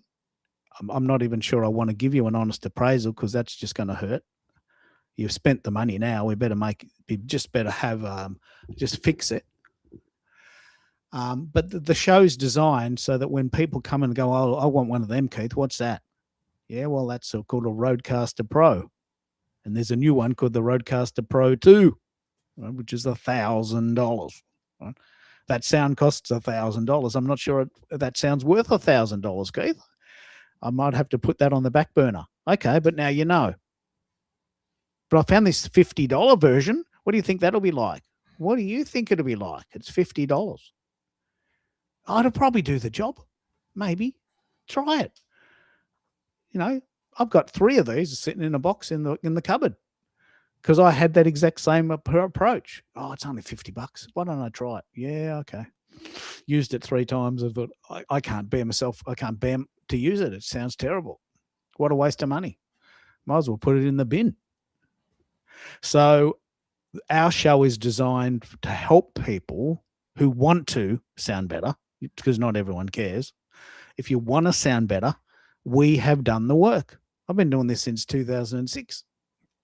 And, you know, Twitter Spaces came out in 2020. So I've been doing it at least that long. So, and some of the people on the call today know me from that time period. So, and you get better. You've just made an enormous shift. Like, this is a moment in time that we will be able to refer to. There'll be pre-RØDECaster, or maybe BR before RØDECaster, and then there'll be AR after RØDECaster. Like, there'll be for you a very distinct difference in comfort, in sound, in quality, in professionalism. You've made the jump. Mentally, that's got to be a shift in your brain. Everything changes now. Everything does change, and I think it's important that I continue on this progression, because as my community members evolve, they too are going to make similar decisions that we made. Right? They're going to upgrade from a laptop mic to a headphone to a knockoff version of some mic. And we've made those decisions. We've learned from those decisions. We have the lived experience, and we can help people shorten that runway. It's like, all right, here's exactly how this is going to play out. And I wish I had listened to more advice I had been given, not just with tech, but in life in general. How often do we dig our heels and say, no, I got this. I can do it. I can be all things to all people. Yep. I built this wealth of experience. I have all this knowledge equity, and I'm going to position myself as jack of all trades. I can help you with everything. And everyone, despite everyone telling you, it's like, yeah, that's not a good idea. You're going to want a niche. You're going to want to find a lane. Not going to discredit the life experience that you have and the work experience that you have. And I'm not going to tell you that it's not going to be valuable at some point, but when you present it and package it, people don't know what you're known for. You're just going to water down your value. But no, I dug my heels just like many people dig their heels. No, I got this. I'm going to do it different, like no one else has done it. And that sets you back a year easily. Well, it wasn't a year before the phone started ringing and before the calendar event started popping in. It's like, hey, I kind of feel this energy now. Can you help me do this? And that's when I shifted from that employee persona to, just doing this on my own. The algorithm on LinkedIn, did that help that process? Did that sort of channel that for you? It was a very big source of annoyance. Geez, I just made up a word. Annoyance for me and for many people. But it sounds like that was a line in the sand that really got you thinking. Like your shifting changed around about that time. Was that coincidental, or did that really get you thinking about changing and sticking to your lane? It was definitely one of the last nails in that coffin. I was moving slowly towards that direction because all indications pointed, hey, maybe what I'm being told, maybe what I'm hearing, maybe there's some truth to it because people have lived it and they're telling me that they've been where I am today, and they're trying to help me circumvent this long runway and this tremendous failure. And I started to believe, it's like, all right, there's some truth. And then the whole algorithm shifts. It's like, all right, now the platform's telling us what people are telling me. This has definitely got some truth to it. And from this year forward, I haven't grown on LinkedIn. And I've shared the story with you. For every new connection or follower that I get, I toss one out. And maybe I should do a purge and just rip the Band-Aid off and just remove everyone. But that will shock the platform and your algorithm, and it'll probably get you throttled. So you got to do it incrementally. But I notice every time I lose someone who's got zero value, zero alignment, that I'll get a boost of some kind in impressions. And not that I put any weight on impressions, but in engagement, in profile views. So there is definitely a method to the madness that everyone is talking, or everyone was talking about. No one's really talking about that as much today. People are talking about that AI slot button and how dare LinkedIn put the power in the position of members who aren't creators and who aren't so many things. Like that's starting to become nauseating. That I do find that nauseating, to be completely honest with you, is how conversations kind of go in ebbs and flows. And whenever one thing happens and it takes off, then that's all you see people talk about. Yeah, it's very interesting. I mean, I have noticed for you a distinct positive change since the algorithm came in. Like for me, it was a line in the sand. Like there's been a very, very, very positive but anti-LinkedIn sentiment change since then. Because I was getting restricted every week for like months. I thought I can't deal with this. Here I am promoted. This is a very good point. You did a very cool poll on LinkedIn, and I just could not share it because I knew that every time I shared a poll on LinkedIn, I got restricted for 4 days. And I'm thinking, well, hang on, I'm just being a nice person. I'm just sharing someone's poll. Like, this is not spam. I'm not a robot. And this happened, like, we worked it out. I worked out that was actually what happened. Every time I did a poll or shared a poll or created something similar, I got restricted for 4 days. And sometimes that coincided with shows. And I'm thinking, that is shocking. That is so shocking to me that I'm trying to help and I get restricted in the middle of a show. And I thought, I just don't have the guts to share anything anymore on LinkedIn. I don't trust them. I just don't feel it, because every time I get excited about something, I get restricted for a few days. And it's the antithesis of what I believe in. I'm just being a nice person. And I've just sent a couple of the people that are listening today this poll. And the poll, let's pick up on this poll because we are spending a bit of time on LinkedIn. A quick post from the community to see what you think of Skool. 1, I host a Skool community. 2, I'm a member of a Skool community. 3, I've heard of Skool. And 4 is, what's Skool?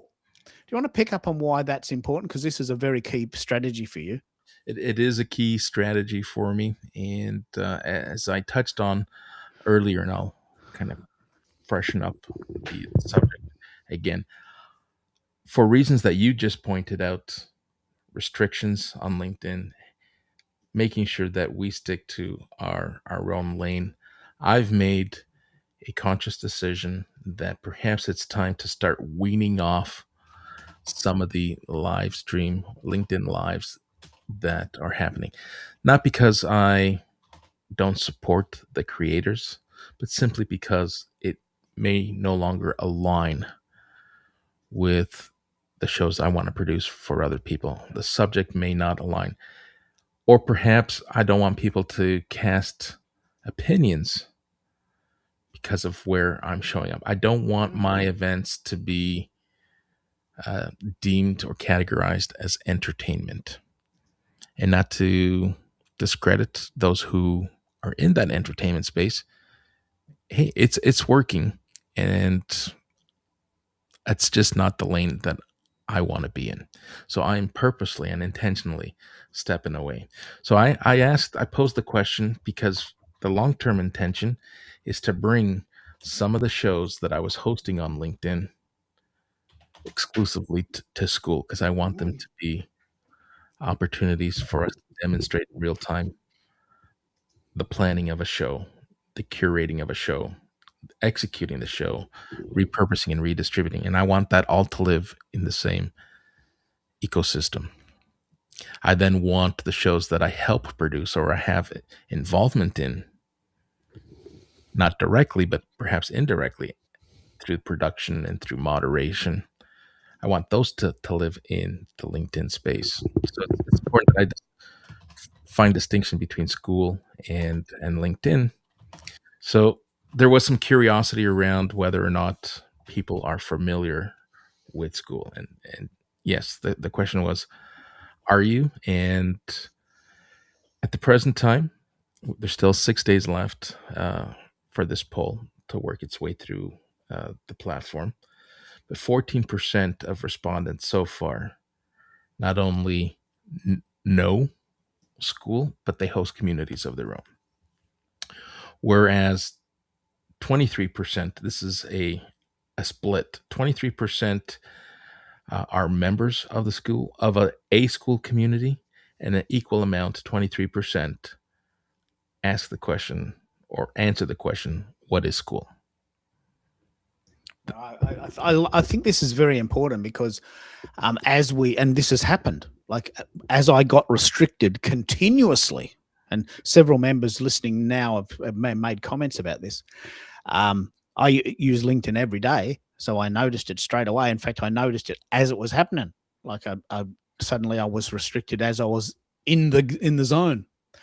So as this level of restriction comes in, as a creative, as an Aquarian, you've got no idea how angry I am about it. How dare you restrict me from being creative? I'm just doing my thing. I'm just being a nice person. I'm not a mongrel. I'm not a robot. I'm not a spammer. I'm not pitch slapping people. So these other sites, which we'll talk about this in a minute, because have you heard a lot of people talking about Ripley? Our friend Mike talks about it a lot. Have you explored it? What do you think about it? No, I haven't. There's only so much time in the day to explore, and I know Mike advocates for it and speaks highly of it. I have not found the time to visit Ripley. Yeah. Well, you've got a community here on Skool. Skool is $9 a month. The voice chat feature has unlimited potential. Several people have said that they've got a Skool, but they can't get that feature working to their advantage yet. Even though it does work, no one comes, which we found. But with Restream, the site we're using, we can have a maximum of 10 people on call. It's a good problem to have, 10 people on the call. And sometimes we get 10 people. So it's occurred to me, and this will be the research I'll now do, that I'll be moving eventually my paid subscribers to something else, because I want to give them something else. I don't have any illusions of grandeur there. I don't have that many, but eventually people will pay me because they like what we're doing, and people are spontaneously paying me without asking. This is the coolest thing. I'm not asking for this. I'm not pitching this. People are just paying me the top tier Substack product. So I feel compelled to give them something extra. So we can have this discussion because I really want to pick this up. I did a lot of research yesterday about a site called Heartbeat. I don't know if you've ever heard me talking about it. Yeah. Yeah. So Heartbeat for me in Australia, $49 a month. Big chunk of money, but I get 256 people on their voice chat feature and it records. So Restream costs me $30 a month because it's $19 US. So it costs me $30 a month, but for that I can restream or live stream to 3 places, which I love doing, and I can have 10 people on the call. I don't see I'm going to upgrade from there in the near future, but I'm open. I'm open to that. Heartbeat for $49 a month. It's a lovely looking site, very visually appealing, and a few of my friends use it. I can have 256 people on the call, and that might be something that I move to for my paid subscribers, something that only paid subscribers can do because it's costing me money to do it. But I'm also open to the fact that Skool is $9 a month. $9 versus $49. That seems pretty stupid. I mean, why would you pay $40 extra for similar features? And you can have unlimited 10,000 people on a Skool event. And I'm now hearing more about this Ripley. You and I both were on Go Brunch, which I love or loved. But I had enormous problems getting people to try it. I mean, obviously the goal is to talk to people, and I would do events and no one would come. So that didn't seem to make much sense to me. So I stopped using it. And Ripley is an extension of that idea, similar idea, but better. Apparently, I haven't tried it. And the pricing structure there is for $29 a month. I can have 25 people on stage. So I moved from $10 10 people at $30 a month to $29 for 25 people. Right? This will only be for my paid subscribers. I don't think you can live stream from Ripley, which is what we do, which is what we essentially do. Ripley and these other sites are designed for internal conversations. Please correct me if I'm wrong. I don't think you can live stream from Ripley yet. That would be so cool if you could, but I don't think they have that feature yet. And I don't think they can record. I don't know if you know Shadows, America. She's in Ontario as well, in an undisclosed location, but mustn't be that far from you. But don't ask where she is; she's not telling you. So she's in Ontario somewhere between Kingston and Ontario, Ottawa, and halfway to Toronto or somewhere. I don't know. I don't know where she's. I don't know. She's never told me. But yeah. So so what happens here? Shadows is using Ripley because she was a very avid Go Brunch. In fact, she came on our show and she used it with her sister, who's a fiber artist, and she tried it with us and liked it and then bought it. And now Ripley apparently is Go Brunch on steroids. I don't know. I've never tried it. I can't put words in anyone's mouth here, but it's $29 for 25 people. The free version is 5 people. Yeah. But you do need to use something like Restream to live stream. when I've already got lives, I've already got Restream, so why would I buy something else? Doesn't have a built-in recorder. This is very fascinating. So why don't we start by telling us what Skool does and why you love it, because I know you love it, what you intend to do with it, and we can possibly bounce off for people on the call that haven't yet tried Skool or have tried something else. Yeah, somewhere in between Toronto and Kingston. That mustn't be too far away. Near Lake Ontario. Oh, that's a very strong point. Canadian geese become Donald Ducks. So the question, this has turned into a tremendous mockery. So people are asking now that this executive order has been passed, do the fish that reside in Lake Ontario require passports? That invisible line, and when they get to the US border, they're Donald Ducks, and when they go back to Ontario, they're Canadian geese, aren't they? Yeah, it's don't even get me started on. I know. I can't begin to think what's going on there. Luckily, we're in an island that's so far away from everything, which is a blessing. But let's start with You remember, you're talking to someone who got turned away at the U.S. border because he had visited a country that they don't acquaint themselves with. Yeah, amazing. Anyway. So we can start. I don't think Shadows wants to come up on stage, but and I don't think she has a Skool account. So she doesn't have a Skool account, but I am itching to test this Bluetooth. If Shadows is open to the idea of calling in, we can get a test. Yeah, that's right. Obviously, that requires a WhatsApp account. Yeah. Yes. So Shadows, if you have a WhatsApp account, or actually no, she's on Ontario. She can call my number. This is gonna. I'm thinking out loud here. You're gonna have to DM her that you're not. This is it. Shadows has a Skool account. Okay. Does she have to be part of? How does Skool work? Can you have an account and look at things, or do you have to be in the? Do you have to be in the community to take part? You can have an account and browse other communities and what's happening, but to participate in communities in general, like for instance, to participate in this community, you'd have to be a member of this community, and same would happen with any other community. You'd have to be a member of that respective community to participate in the events that happen inside that community. And so you couldn't DM her if she wasn't in your community? I couldn't DM her. Yeah, because one thing I've noticed about Skool, which I actually find a bit annoying, is that I can only connect with people that I'm in communities with. So if I found a really cool person that's on Skool, I can't connect with them unless we share a community. I mean, that must be one of their little safety nets, but I think that's really part of the safety nets. It's also part of the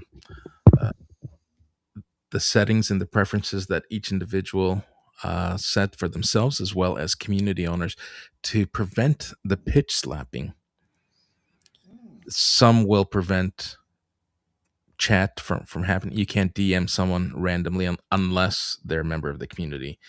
And in some cases, you can't DM someone unless you've ranked up within the community, and community owners put a threshold. You can only DM other community members once you get to level 5 or 6. I love this. Shadows is as part of 2 communities of people that were part of the experiments I've been doing since 2006. Primarily since 2020. So I'm guessing, I'm pretty sure I would know them, but I don't know their communities. This could be a possible show we do here, that people that we know collectively or individually could be guests on your show to talk about Skool. Like, one of the things I love is pulling these pieces of software together apart and putting them back together and telling people what they do, because not everyone has the time that we have to go, how does Skool differ to Heartbeat? And what's this thing called Ripley about? And I keep hearing people talking about Discord. And what about this other one? Why don't I just use Zoom? Right? Because everyone wants to use Zoom. Right? So not everyone has the patience to try this stuff with us. So I'll try and work out who these two people are and where their communities are. I think I know who they are, but So Shadow's Pub is on LinkedIn, and we are connected. I'm going to message you. Okay. And if you're open to the idea of joining us on stage, we can conduct a real-time test. And let me know if you have WhatsApp.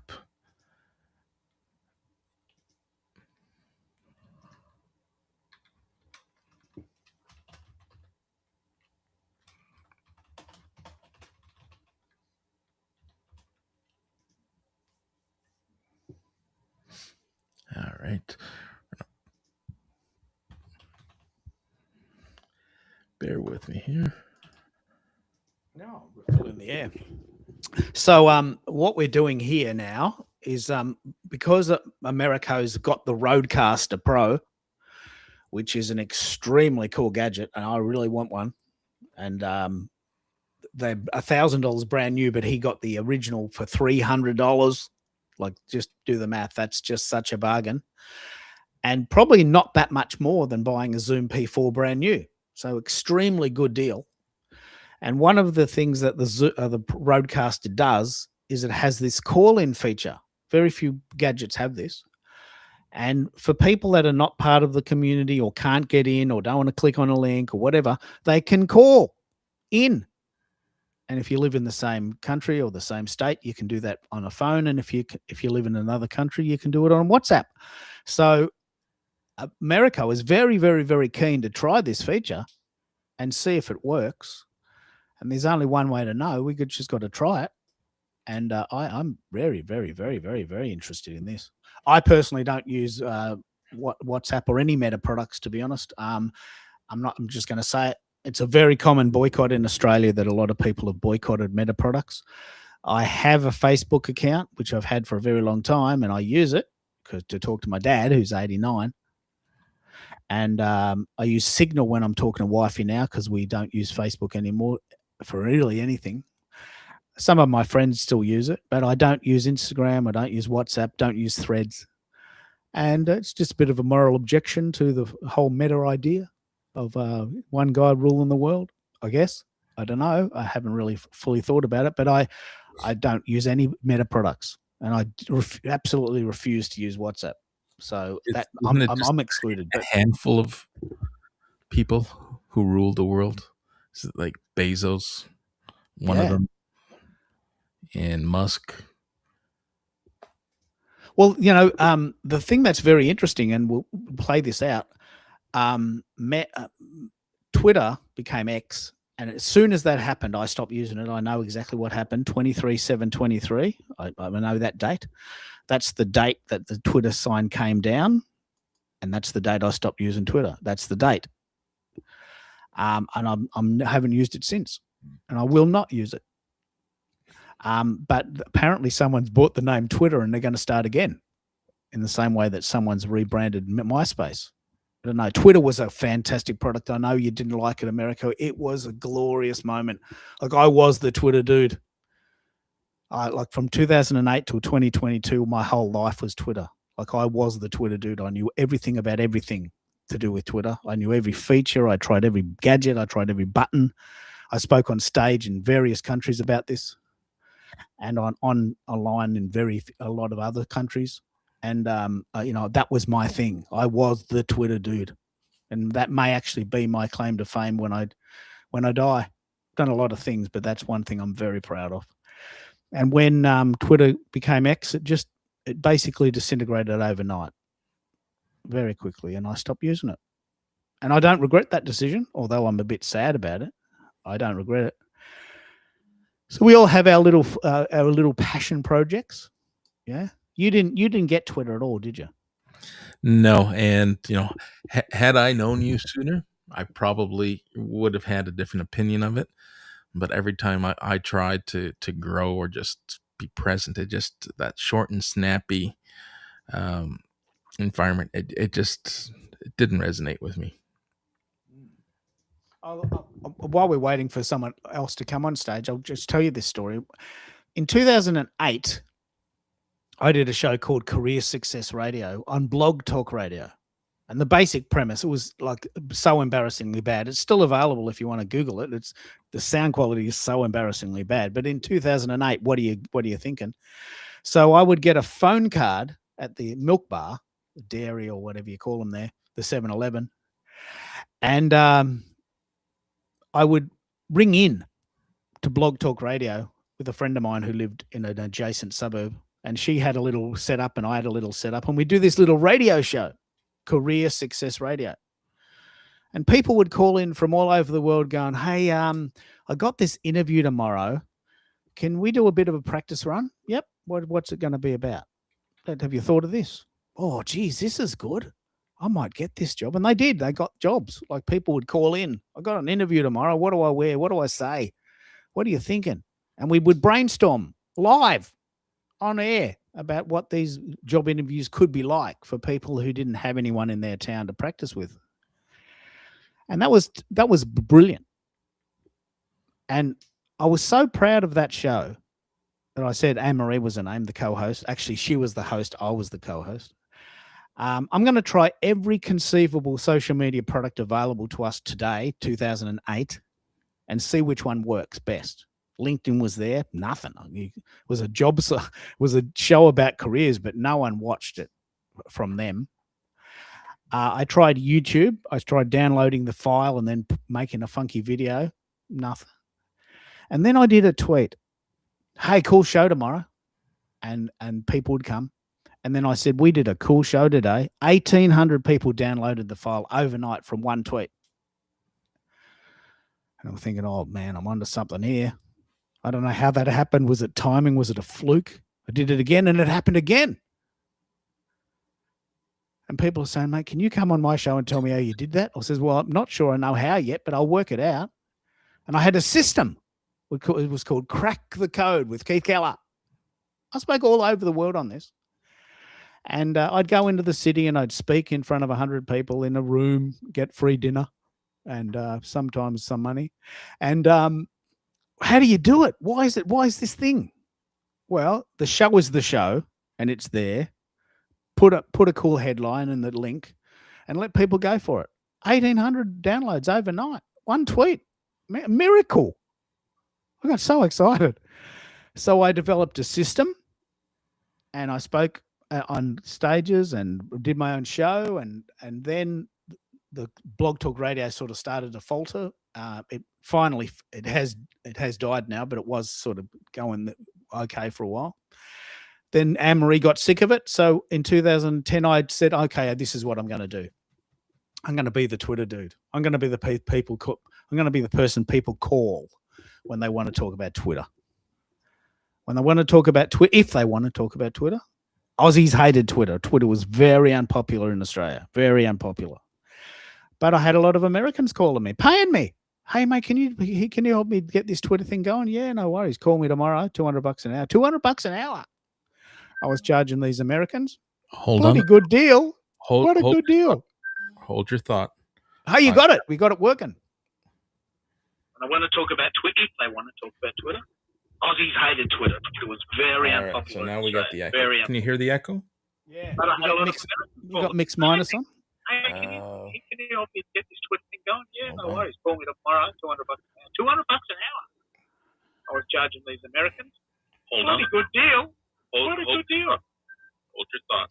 Hey, you got it. You got it working. Maybe. I want to talk about Twitter. They want to talk about Twitter. So now I got to figure out where the mixed minus is. Can you hear the echo? You want to play a song? You want to play the theme song and come back to it? It's a very easy setting.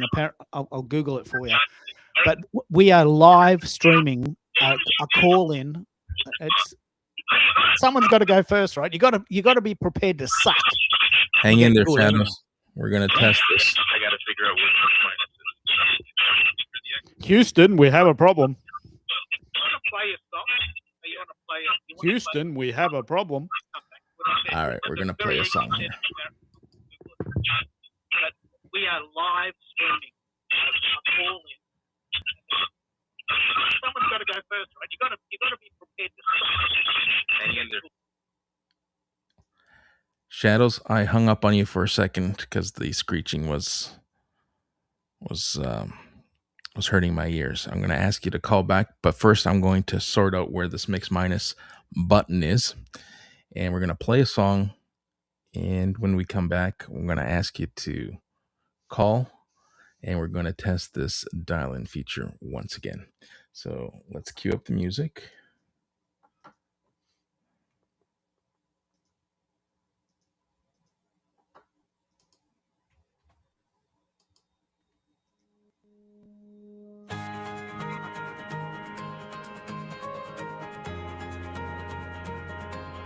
You've been standing at the edge, looking out across the stage, afraid to take the lead,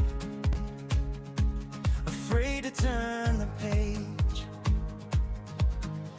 The spotlight isn't waiting for someday, maybe when the world needs what you're holding, not perfection before you begin. You've got a story, you've got a voice, you've got a message worth hearing. Stop waiting for the stars to align, your moment is already here. Show up, speak up, I'll handle the rest, bring your voice in. Kill really bells, no more hiding, no more second guessing every step.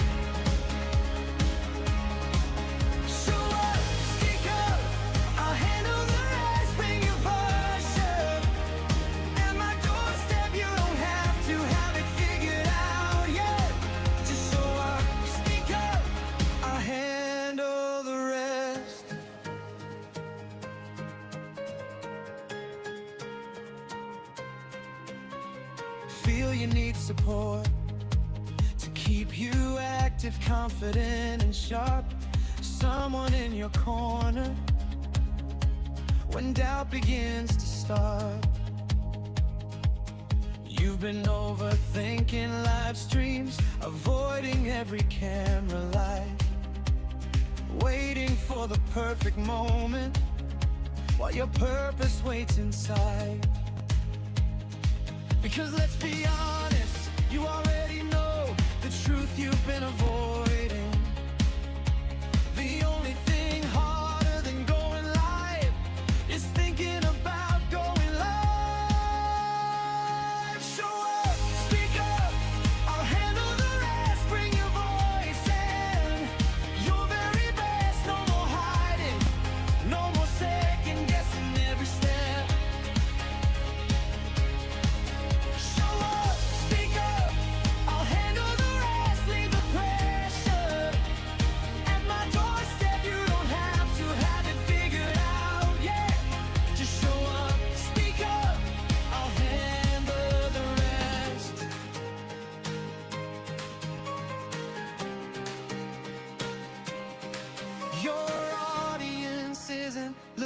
For perfect, they're looking for real, they're looking for courage, they're looking for something they can feel. One conversation, one live stream, one chance to be seen. The future you've imagined starts the moment you lead in. Show up, speak up, I'll handle the rest, that's the promise. That's the test, trust the process, trust the purpose in your chest. Show up, speak up,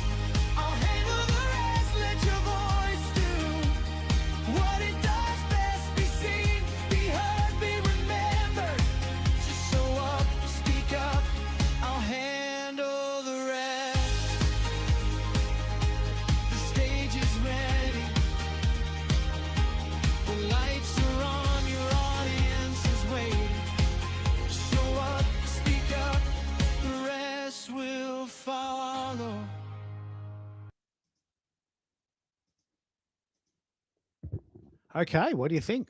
All right, we are back. We had this musical intermission while we were trying to sort out the mix minus. So the RØDECaster Pro, the mix minus is found in settings, advanced settings, audio, and the USB mix minus was on. So I turned it off. I'm going to ask that you try calling me back, and we're going to do one of two things.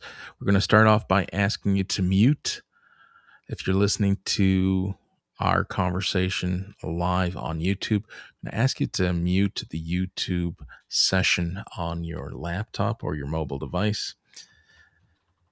Then give me a ring once again on WhatsApp, and we're going to try to troubleshoot this again. So mix minus is off now. If need be, I will turn it on to see if that makes a difference. Yeah. And while we're waiting, let me just. I love what you've just said there. I love that the idea is call in but mute what you're listening to, because my gut feeling in my belly is that the speakers are listening to YouTube on the laptop or whatever, and the speakers are feeding into the mic, and the mic's feeding into the speakers, and that's where we get the echo. I think that's where the echo is coming from, because if you had mix minus on, that should have worked, because what mix minus is the mix minus what Okay, you hear in your headphones. We have shadows coming in. Let's have a look. Hello, shadows. Are you there? Okay, we're connected, but I don't hear you. You don't hear me. So we're connected. She doesn't hear me. Can you hear me now? All right. Can you hear me now? All right. I could hear her. Hello? Hello. So we can hear. We can hear her. She can't hear us. And you know why that is? Because the mix minus is off. No, I turned the mix minus on. Oh, okay. So can we? Hello? Hello. Any luck? No luck. All right.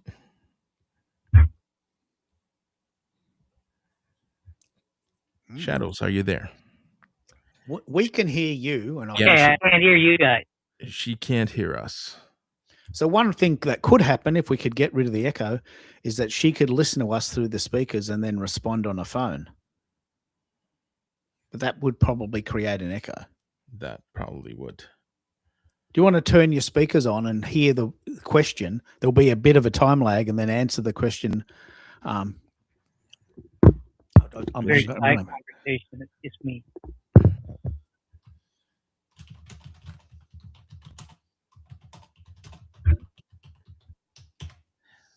All right, testing. Oh. Can you hear us now? No. Testing. Okay, I've turned the video back on so that I can hear you. All right, perfect. Yeah. So that's a good lead. The person that calls in needs to listen to now. I've got the video turned on. Yeah, so the person that's listening to the show needs to listen through the speakers that they have there, but then speak into the phone, which operates like a microphone. But look, listen to that sound. That sound is fucking horrible, and that's maybe the worst we've ever had. It's even worse than when Lachelle called in with the with the Riches hat on her head, right? That is a shocking sound, isn't it? Isn't it shocking? It looked terrible sound. So the person that's listening to the show needs to listen through the speakers that they have there, but then speak into the phone, which but look, I'm going to have to take my headphones off. That's a shocking sound. That's shocking. What do you think of it, mate? What are you thinking? It sounds like screeching nails on a chalkboard. All right, so it's gone now. What changed? Yeah, that's a nice clean sound now. Nice clean sound. My gut feeling is that Shadows has probably turned off a speaker which means she can't hear us. I guess what you could do, you could DM her the questions, read out the questions, but DM them to her, and then she could respond to the questions as a DM, like an interview on the TV. Hello, Shadows. What has been your experience with Skool? Well, Skool. if we're going to DM, then we might as well go back to the live chat and rule this test. She can't hear us. No, I muted. Yeah, you're muted. The lag is about 30 seconds. So why don't we try that? I mean, what we'll do is we'll DM the questions to Shadows. She can then answer them, and then have a gap. Maybe ask a question. We'll then that's going to be a bit unwieldy, isn't it? Yeah, that's not going to work. But this is day one. This is why we do. As I said, you've got to be prepared to suck to get good. We're going to try something here. So on WhatsApp, I'm in the WhatsApp settings, and I'm going to play around with the noise canceling.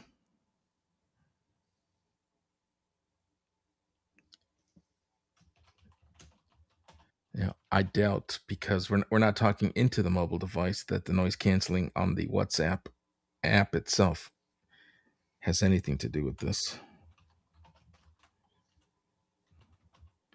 Shadows, are you there?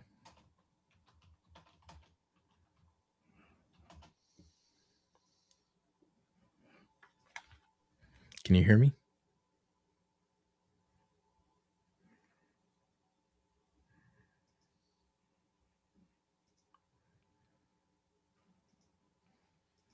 It's good. Someone's got to go first. All right. I'm going to mute myself here on the live stream. Keep the stream going, Keith, and I'm going to try to I am here. Oh, you're right. That is about a 30-second delay.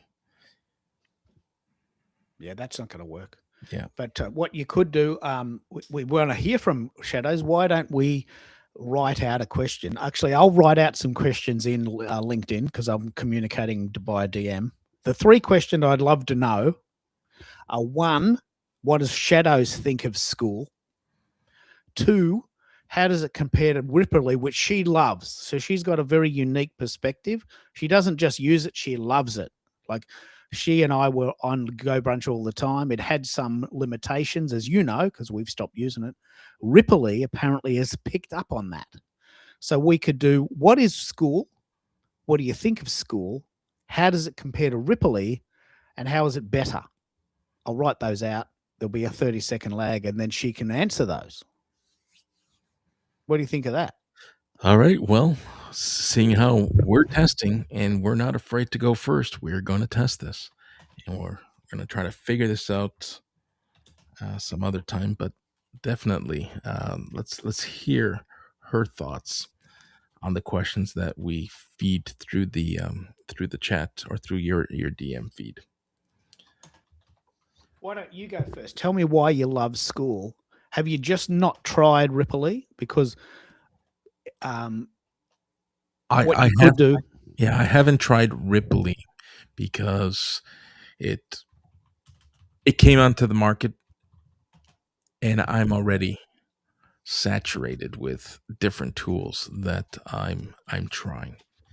And Skool has given me an opportunity to take advantage of a platform that allows for a learning management system to be uploaded, to have resources stored and saved for community members to go through at their leisure. It also provides this opportunity to host live meetings. And I say meetings because I don't want people to mistake a live meeting for a live stream.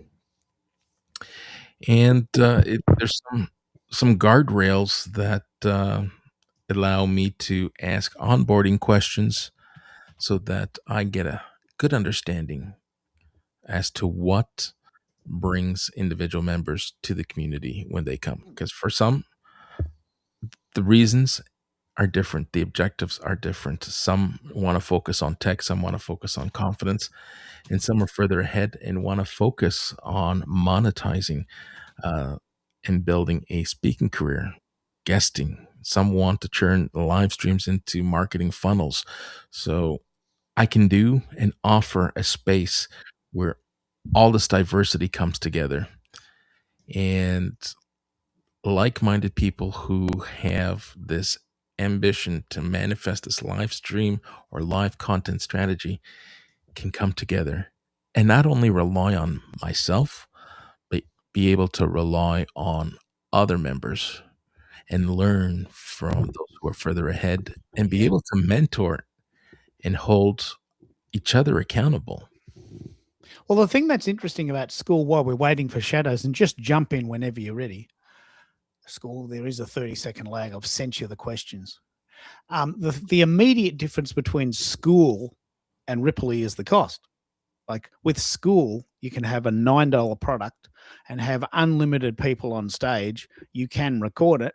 You can then put it in a library and people can chat to each other in between for $9. For Ripley, which is a much more expensive product, $29 a month for 25 people. And then it goes up the line much more than that. But it's a very different product. It's very immersive. It's very almost gamified.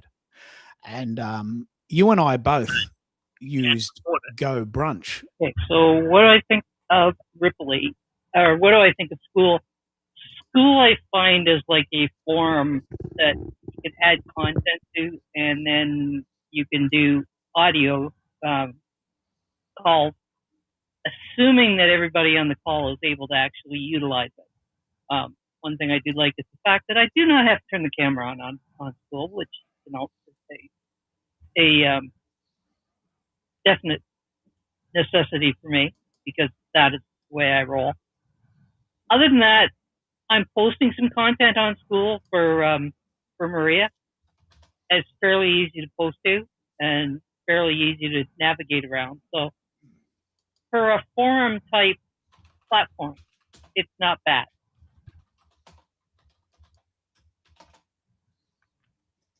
So she said something interesting there, for a forum type platform. Now there's a term that we haven't heard, or I haven't heard in a while. Remember when forums were popular and everybody would jump into? I don't know. They're so old. I never used them. Oh, they were big here in North America. You get a lot of tech forums. Okay. So what do I think of Ripley? Well, Ripley, obviously, I really enjoy. I've been on it since 1 month into its development. When I was introduced to it in January, because it started to be developed in December.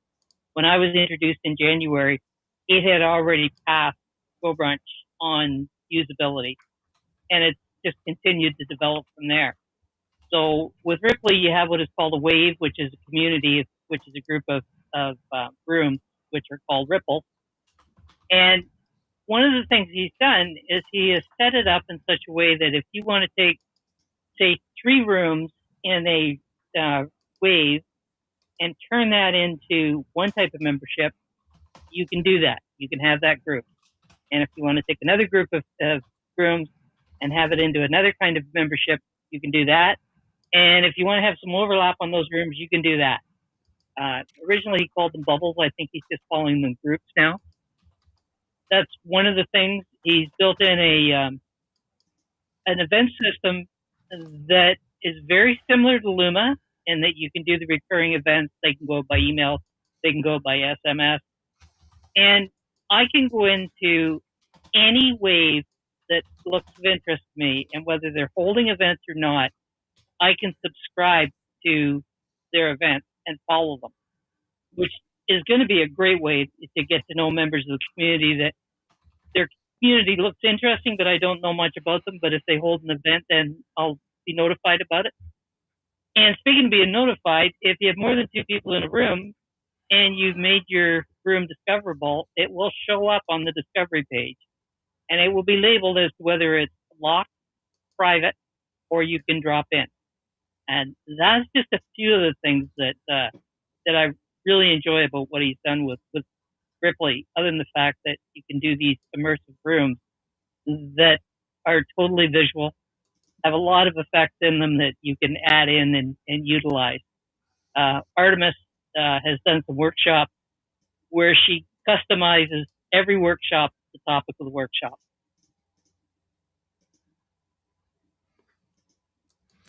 Sounds very similar, well, perhaps a fusion of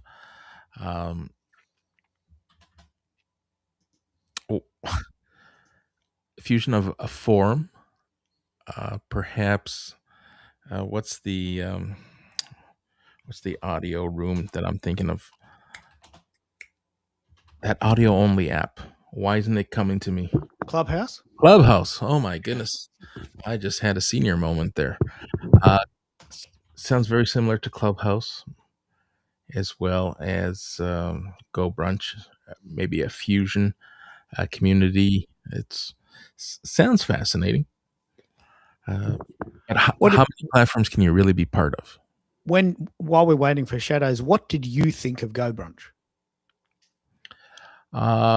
Go Brunch was okay in terms of an immersive room environment.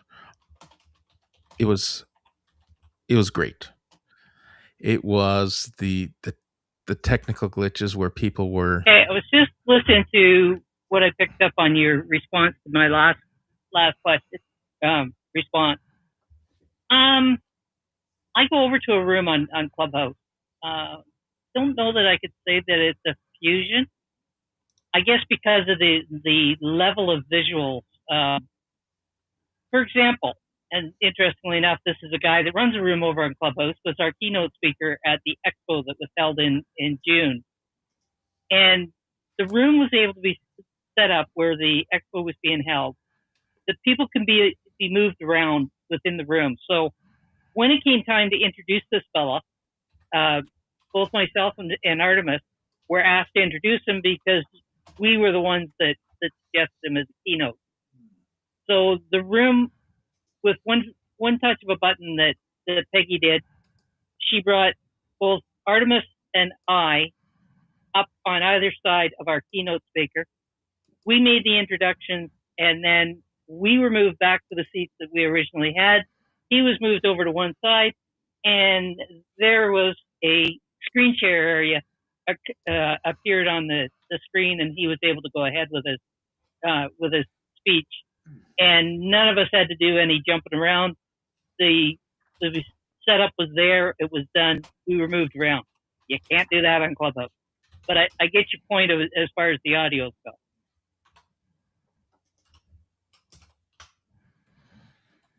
All right. So if you're in agreement, mate, can I send Shadows the link to Restream? Because one of the idea, actually, I can't. What is the link? I'll send it to her. Yeah. Because she's already come in sort of preconditioned, if you like. Yeah, absolutely. So I've sent it to her. Let's compare that. So what we've done here is an experiment, first experiment ever. Someone is calling in from Ontario, which is the same state you live in, same province. That might be interesting. The sound was atrocious, really bad. I had to take my headphones off. I couldn't listen to it. Really distorted. And there was a 30-second time lag. Better than nothing at all. But the way we got around that was we actually sent the questions ahead of time. Shadows read them out and answered them and allowed a little bit of a lag for a comment, and then guessed when to jump in again. This could be a bit of a tug of war, but if we can get people into Restream, it's a much better idea, isn't it? Absolutely. And hey, this is what we're doing. We do what we do best, and we're testing. Yeah. So let me just pick up on that while we're waiting for Shadows. Ripley is a far more advanced idea. It's a very different idea than Skool, but it's much more expensive. So it's $29 Australian, probably the same for America, for Canada. $29 Australian for a month if you want to have 25 people on the call. That would be the mid-tier if you're just starting and you've got a bit of a community. Then if you want 100 people, it's $59 a month. That's a big chunk of money to come out of a startup's sort of budget. Whereas Skool is $9 a month. So there it is, $9, unlimited people on stage, but quite basic functions. Ripley is $25 for $29 for 25 people, a good starter kit. And 100 people is $59 a month. So when you get big, that's going to cost you a big chunk of money. So, and as you said, you're already doing this, so you probably don't need another one, do you? No. But for people that haven't yet started, this is why we do these shows. Like, Yeah, I loved Go Brunch. I loved it, but I can tell you for sure, I had a lot of trouble getting people to join. Like, I would run these shows, and they were bloody great shows. And I went out of my way to make these really lovely rooms in the best of my ability. No one would come. Can't see the point of that. We now regularly get 10 people on our calls by doing them via YouTube and LinkedIn. I mean, it's a chalk and cheese, isn't it? Chalk and cheese. Chalk and cheese. There it is. Hey, Shadows, Well- is this better for you? No time lag? Let's figure that out. Can you hear me okay? Yeah, we Yes. can. And it sound better? Much better. Much better. Part of the problem over on Go Brunch may have been the fact that you often had to spend part of the show with people refreshing and trying to get their audio to work. That's a bit of a drag for people. It was certainly a drag for me when you'd go into a room and you want to have a chat and everybody has to keep refreshing every now and again. We run into it occasionally on Go Brunch or on Ripley, but not a lot.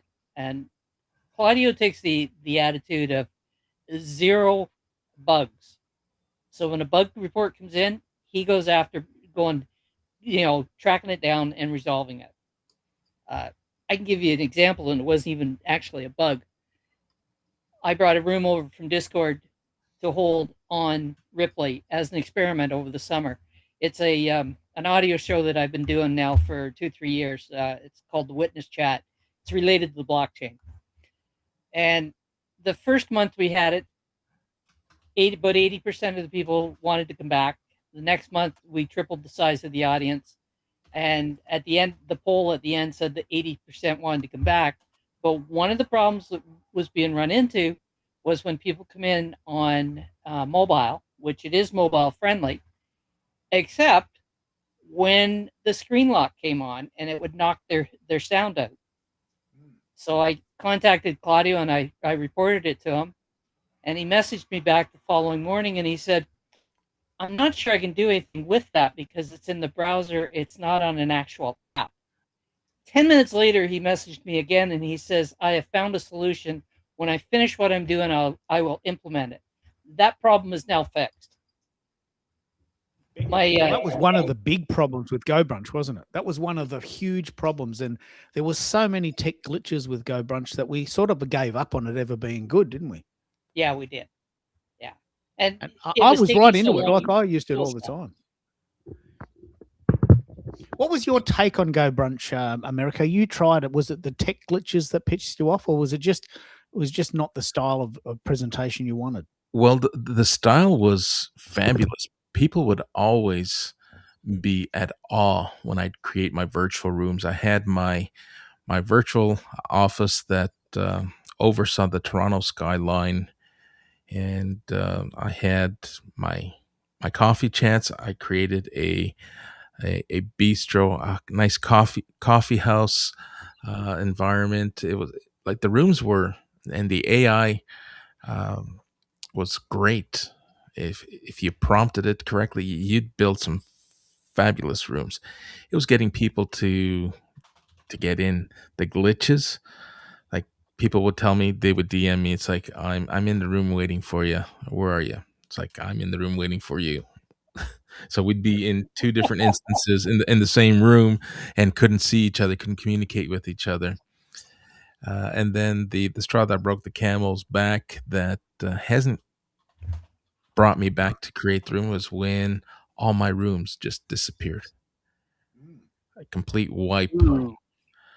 And I had someone who booked a calendar event and chose to meet in my Go Brunch coffee space. And it was gone. They would click the link and there was nothing would happen. And I went in and I realized, okay, that room is gone. I go check out my other rooms and they were all gone. I had to rebuild it from scratch, and I haven't done that yet. So good thing it was a lifetime deal, and maybe maybe it was a lesson learned. He's got bigger and better tech that perhaps has changed. But I haven't gone back since that time, and this is So maybe a year ago now. you put that bistro over onto Ripley, and you get to actually set it up so that the coffee cups could be placed on the table, and while you're sitting there talking, you can reach down, pick the coffee cup up, pull it up to your mouth, let it go, and it'll go back to the table. Those just simple little features that have been added. You want to have the coffee machine running, you can add sound so that you can hear the coffee actually brewing. Stuff like little details like that. If you come into my office, there's a maple leaf up on the wall. Click that maple leaf, you'll get showered with more maple leaves. Like he's added all kinds of stuff that you can do with it. Now here's a question for you, and I don't want to put you on the spot, but we do have the functionality of screen sharing. If you'd love and you're open to sharing one of your Ripley rooms, I would love to, except the connection I'm on. The minute I turn on screen sharing, you're just going to get a blank screen. I'll see it. It'll look wonderful. I'm in an underserviced area in Eastern Ontario where fiber is being installed, and I'm waiting for it to be connected to my house. I contacted the county last week, and I said, until the project manager contacts me, I will be contacting you on a regular basis. It's fascinating. I'm starting to learn that people not too far from me, like I'm possibly heading out to Coburg tomorrow to do a live stream with one of our mutual connections, and Julian, who joins quite frequently on Keith's show, he'll have difficulty. We have difficulty with guests out west, Western Canada. Didn't realize that despite what our telecoms are saying, we have all this 5G fiber optic technology, that there's still underserved communities who are struggling. So where you're going to is in Northumberland County. I am in Northumberland County. There you go. There's another clue. And Northumberland County has created a utility for fiber installation, and they're working with another small telecom to actually lay fiber across the county and fill in those underserviced areas. So when the project's done, all of Northumberland County will have access to high-speed fiber, even out in the rural areas. But they're still working on the project. And it'll probably come to a grinding halt after the first frost sets in. Well, yeah, and that was part of why I started bugging, because the cable for me was laid here last November. The stake with the cable that is to come into my house has been sitting at the end of my driveway since last November, and they've not been back to connect it in. So when I called the telecom and said, "Hey, when are you guys going to do this?" It was, "Well, the county determines where construction gets done." So I went, "Okay, fine." And I've got the contact name at the county, and I contacted the contact name at the county and told them what they had told me. It was, "No, we do not decide on the construction, but I have contacted the project manager, and he's assured me that he'll be in touch with you. I'm out of the office till the 24th. Let me know if he's been in touch." So when 24th came and he hadn't been in touch, I emailed him back and went, "Haven't heard from the project manager." So then he sent me another email, and he says he assures me you're on the list. And I said, "Well, I'll just keep contacting you until that list comes up to be." And do you have trouble with Ripley on your server? Actually, no. Well, let me qualify that. Ripley has a little orange dot that comes up into the top corner of my screen if my connection is unstable. Okay, and I do see that dot show up on the screen, if the room is really full, it will start to affect the audio that I hear in the room, and I know the minute I see that dot, it's my connection. It's not Ripley. But 9 times out of 10, I can do stuff on Ripley, except screen share. It's very interesting that we're having a chat about this. I've done a lot of research about this, Shadows, because I love Restream. I've been using it for years and years and years. It cost me $30 a month, and I can restream to multi-stream to 3 places at once, which is what as you know what I do. Mm-hmm. But several people on Substack are now starting to pay me because they're digging what I'm doing. So I have considered doing something more for them. At the moment, Restream allows 10 people. I don't have 10 subscribers, paid subscribers, so I'm okay. Right. But maybe down the track, I might have more. So I've done a little bit of research, and I reckon we can pick up on this. In terms of functionality, Restream allows 10 people on stage for $29 a month. Right? I can live stream to 3 places at once, and I get a recording, and I get the transcript. Does Ripley allow recording, and can you live stream with Ripley? Here you go. As long What as a you great can set it question. up, they can do it. You can do it. I record the witness chats that I've done over there, and what I do is I just open up a window, and I use OBS.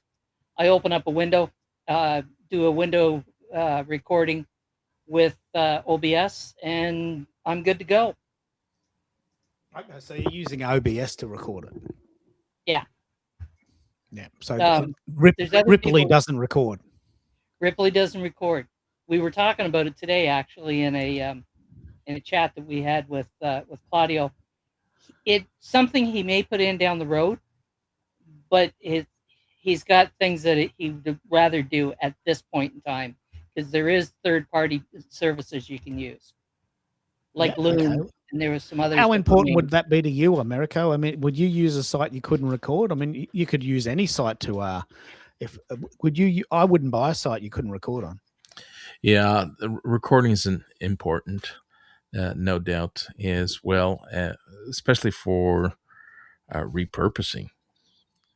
Like if you want to chop that up into clips, how do you do that? If you want, does it have a transcription function? No, because the transcription would be on the recording that they're not doing. Yep. And there's hundreds of, as we've mentioned, OBS can do this. There's hundreds of third-party places to do that. Yeah. So Restream costs me $29 a month. I can have 10 people. Ripley would cost me $29 a month. I can have 25 people. There's a direct crossover that might be a good lead, but if I can't record, then I've got to go somewhere else, which I might do. Heartbeat, which I'm seriously thinking of trying, is $49 per month. I can have 256 people on the call. It records and it does a transcript. It looks lovely, and there's a community, right? I don't know if you've ever tried Heartbeat or you're part of the community. It's one of those. Yeah. Have you tried Heartbeat? I'm in a group in Heartbeat. Actually, it was the forerunner of Ripley, the Brunch Hackers group. Remember the group that was kind of doing third-party stuff on Go Brunch that would bring in some different effects? I was never part of that group, but I did hear of it. Yeah. Yeah. They were meeting on Heartbeat and doing the recording on Heartbeat. We're not doing the recording on Heartbeat now. We meet directly in Ripley, and I think Loom is being used to do the recording. Yeah. What did you think of Heartbeat as a member viewing it? It was okay. It was kind of like, yeah, okay. There's a room here and we're in it and it's being recorded, but I wasn't really excited about it, to be honest with you.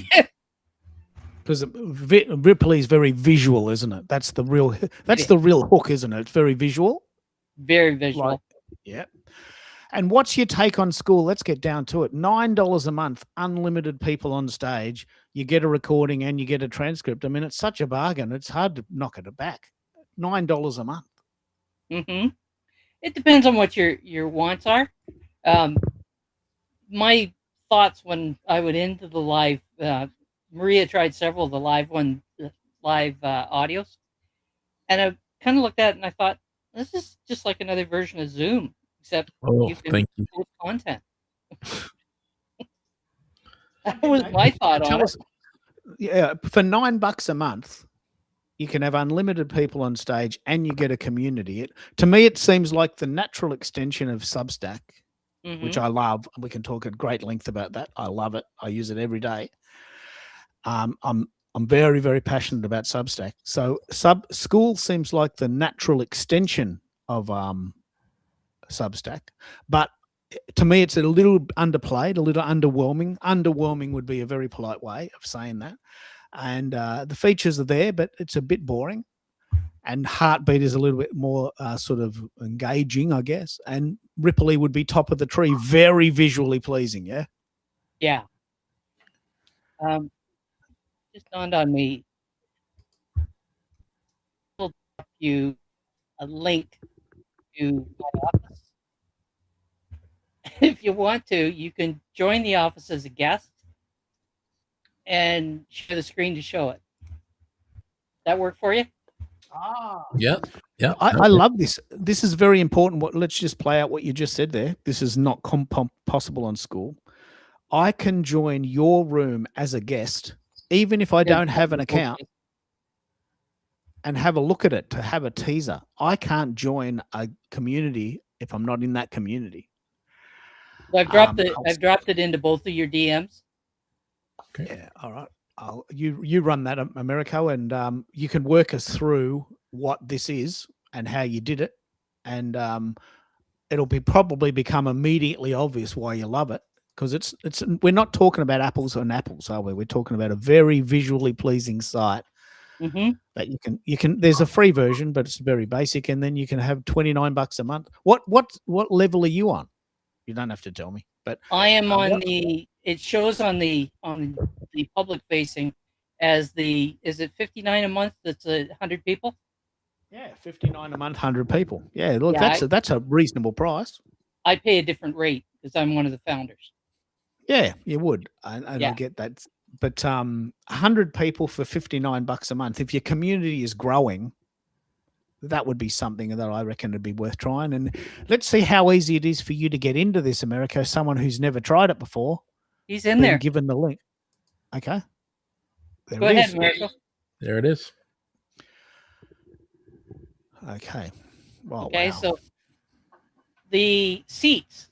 First thing, you see the seat? It takes a little bounce when I bring the cursor over an empty seat. I can put whatever I want in the seat.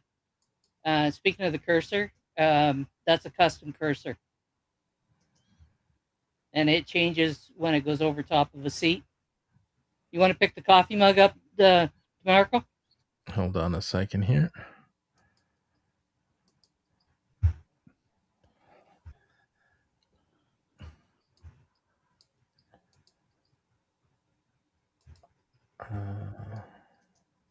There you go.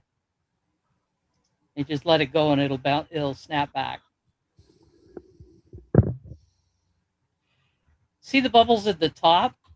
Yeah. Click on one of them.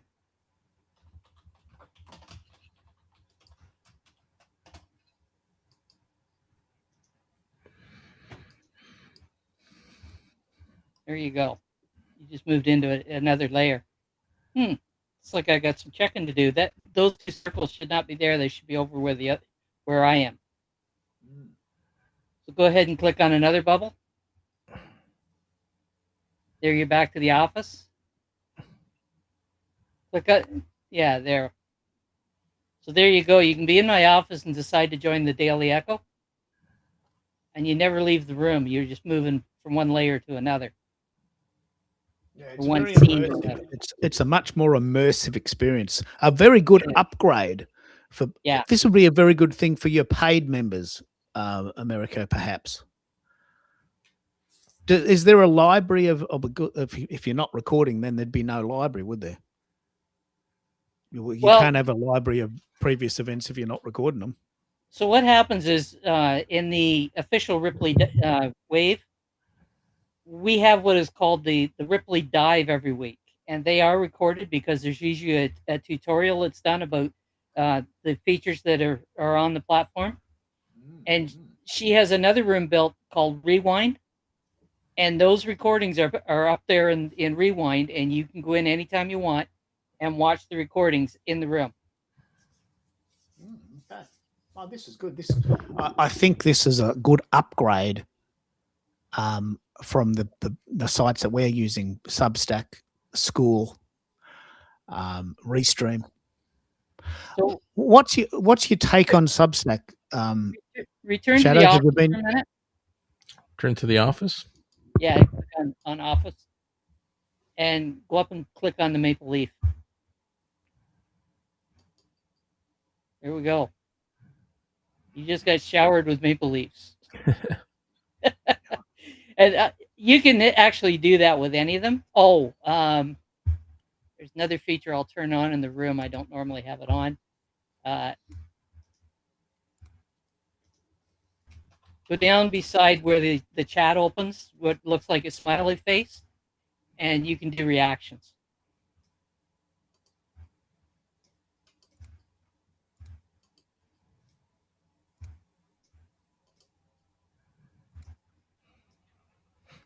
And another little feature that he's put in there, which is kind of cool, is if you're in a chat, you can mark yourself as be right back, and you fade out. When you come back, you just go, I'm back, and you come back in. And there's hand raising. Ah, very good. How many people are using it now, do you think? I think he said he went live in April, and I think he said the last number he gave us was around 800. Oh, okay, that's not bad. It's not bad for a few months. You know, he'd like to be growing more, but he spent a lot of time on the onboarding new user experience. And one thing that he has done is you know, if you come in as a free member, you get one room that you can put 5 scenes in, and you can have a maximum of 5 people in. But that gives you full access to the editor, which lets you play around. So when you go to make the room, there's actually templates that you can start with, similar to what Go Brunch did, and then you can go in and customize them and play around with them. And then obviously when you get more than 5 people regularly in the rooms, you can upgrade. Exactly. And is it just simply more people, or is there significantly more features? When you upgrade, you can get, first of all, you can get more rooms, more layers in the rooms, and more people. Yeah. Yeah, this is good. I'm definitely including this in the mix because I mean, most people, as you know, wouldn't have heard of this yet. I can have 50 scenes in a room, and I can have 100 people in the room. And you don't always have to have everybody in the room. There's what is called a gallery. And there's 2 ways you can do this. One is that, say you've got 25 people in the room, and everybody else goes into your gallery. So once your room seats are full, anybody else that joins the room goes into the gallery. They can write in the text chat, but they can't come on voice. They don't have access to the mic. But can they hear? Can you hear the conversation? They can hear the conversation, and they can text in chat, similar to, you know, doing it on YouTube, so to speak. You can also set it up so that only people who have a speaker designation get into the room. So Ripley has a weekly show. It'll be coming back at the end of September. It's at a summer break. But in that weekly show, there's only about 10 people who actually become part of the audience, the live audience. Everybody else is in the gallery, and people apply to become part of the live audience. No, so you can't get people just jumping in and disturbing you. Exactly. What happens is that they come into the gallery, and if they're on the list to be actually in the room, they get invited in. And that's another cool thing that we get to do here. Let me just go into the room. Oop. I don't like you sitting over there. How about you sit here? Right. You bring me back to my school days where the teacher would Or always there, mute me. maybe. Or I can actually put you in the gallery. Ah.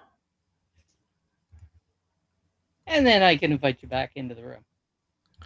Now, as a guest, I came in with this default avatar or Yeah. bobbling head. Can I add a headshot, a profile shot, or Not as a guest, not as a but guest? you can on a free account.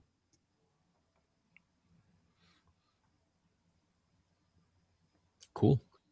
Yeah. Okay. If you set up so what Americo's done, not having an account, he's come in to have a look, and he hasn't committed, so he have to set up an account, a free account, and then he can make a profile with his headshot, and then take Exactly. part in things. But I very much like that he can join without having to have an account, because that was one of the sort of sticking points for a lot of people. Oh, another thing to try. Come on, another How thing smooth to did you try. find that? How smooth did you find joining? Oh, joining was easy. I clicked the URL and there I was. Yeah. Did it not ask you for your name? Well, yes, it asked for my name. I typed in my You name. scared me for a minute there. Yeah, but Yeah, it didn't prompt me. Like, for instance, if I bring someone into Restream who hasn't been, whether it's Restream or StreamYard, if you've never streamed before, it'll prompt you to set up a profile before going in. Where this, it just asks for your name and away you go. Yeah, because it's just going to give you assign you an avatar. So it's really no comparison with Skool. It's not even on the same page. It's not even close. It's not even in the same universe, is it? Two different experiences. Yeah. So the prices I quoted were US dollars. I'd have to convert them over to Canadian or Australian, but pretty good idea. Free for 5 people to have a look around, get a start, see if it takes off. $29 US for 25 people and more features, and then $59 US for 100 people, which probably be enough for most people, and lots of extra features. It's definitely worth adding to the pot. You can also do 2 communities on the 100 people. Oh, a second community. Yeah, you can do a second community, and it's 20 rooms per community. Oh, wow. Yeah. Wow. Something to consider when we upgrade, mate. So here's what we're gonna do. And we did it when Go Brunch came out. We did it for EV Mux. We've done it for different platforms, and I'm gonna set up a free account. I am going to here. I'm gonna stop. Play. I'm gonna stop sharing my screen. Is there an affiliate link No, that we can share? no. Okay. Interesting. We were having a conversation about that today because there's a few people that they want to promote Ripley, but they only want to do it if there's an affiliate link. We were kind of talking today that if we wanted to be an ambassador, that not having an affiliate link is actually a little bit stronger because there's no monetary gain out of it for us. All right. So I'm sharing my screen. Can you see? Yep. All right. So I'm going to, for instance, if I go in and create an event.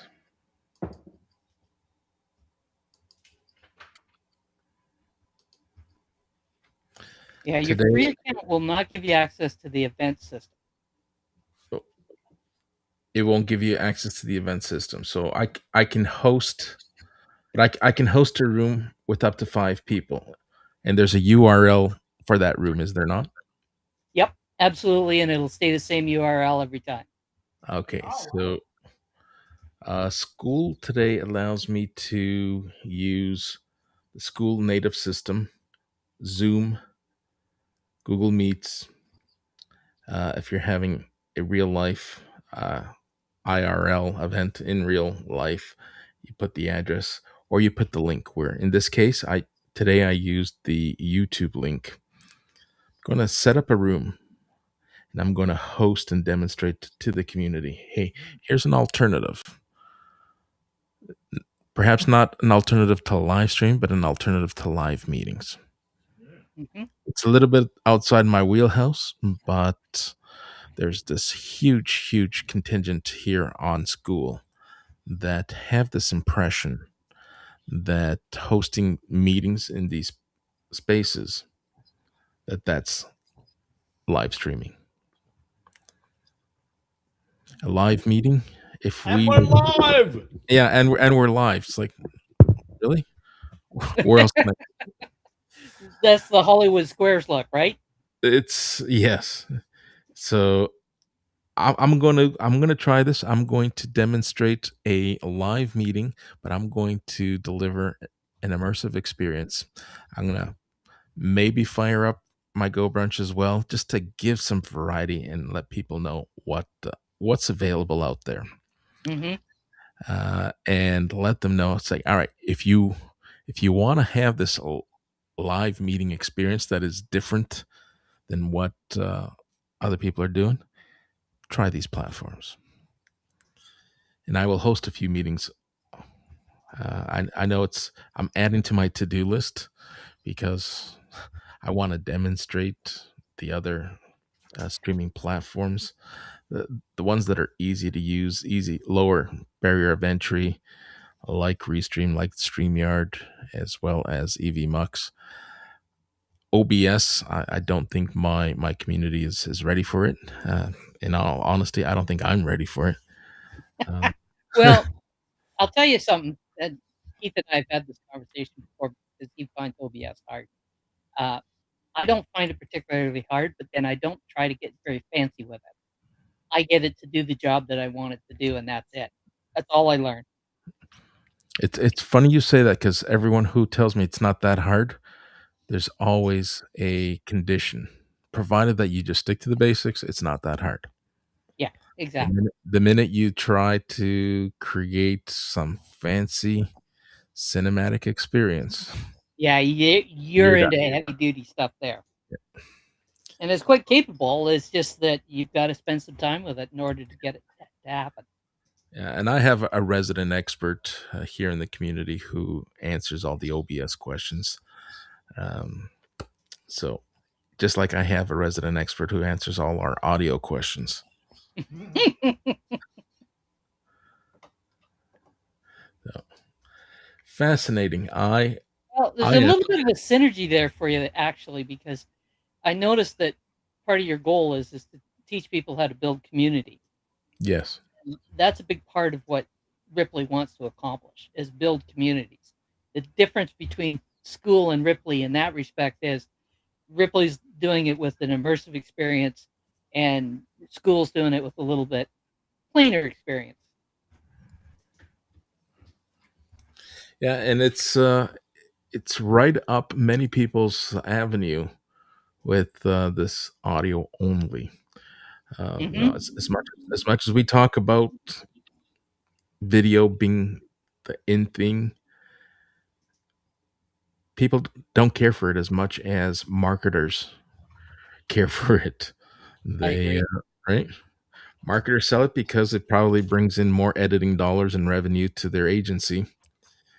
Uh, but I'm just as happy helping someone sound good, and moving on from there because I touched on it earlier before you came in. Like it or hate it, people will either lose interest, especially nowadays. I'm seeing a lot of creators putting together these 10-minute intros, these cinematic videos. It's like, get on with the conversation already. It's like, I get it. You have this passion for creating this fabulous intro, but how many people are you going to lose as a result of it? It's like, all right, I came here to listen to a conversation about X, and right now I'm watching trailers to to someone's tech skill. Yeah, you've got to kind of, if you're going to have an immersive experience, there kind of needs to be a bit of a reason for it. That's why Yeah, with Artemis, when she does workshops, she does her workshop keyed to what she's doing. Like she did a workshop about Gemini. Well, it's now Gemini Notebook. It was Notebook LM at the time, and she designed the workshop to almost feel like you're inside Notebook LM.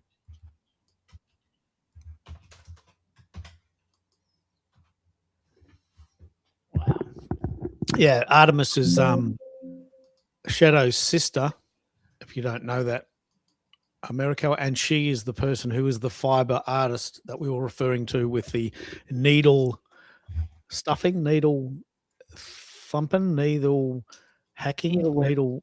needle something. So there is some. That's why this conversation was so good. Needle. Oh, I've never heard of it before. Oh, the needle felt is Needle felting. yeah. Needle felting. So Artemis would know all about that. I'm guessing. So this is very, very cool. Like extremely cool.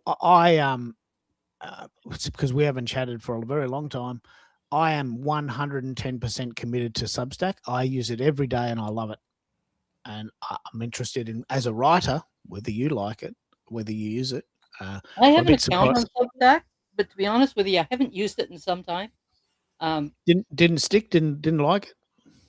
It wasn't that I didn't like it. It's just that you can only write in so many places, and I've kind of got focused on putting the echoes out, and I'm trying to get a website built up that kind of complements what I'm doing. But I do need to do some more writing beyond the echoes, and those would probably end up not only on my website but on Substack as well. Yeah, it makes sense. You can't, and this is exactly what we're talking about. You can't be everywhere. In the time that I have embraced Substack, you've embraced Ripley. Yep. Like I could have easily gone down the Ripley path because I was very into Go Brunch, like really into it. I could have easily done that diversion. What I chose was to go down to Substack. I mean, there's only one of me, so I love it. I use it every day. Well, to be honest with you, Artemis does a lot more building on Ripley than I do at this point in time, because I've been kind of focused on the echoes and some stuff I'm trying to do with them. I've got 3 years worth of echoes there, and it's probably past time to start creating some products. Do you want to just explain to America what you mean by echoes if he doesn't know?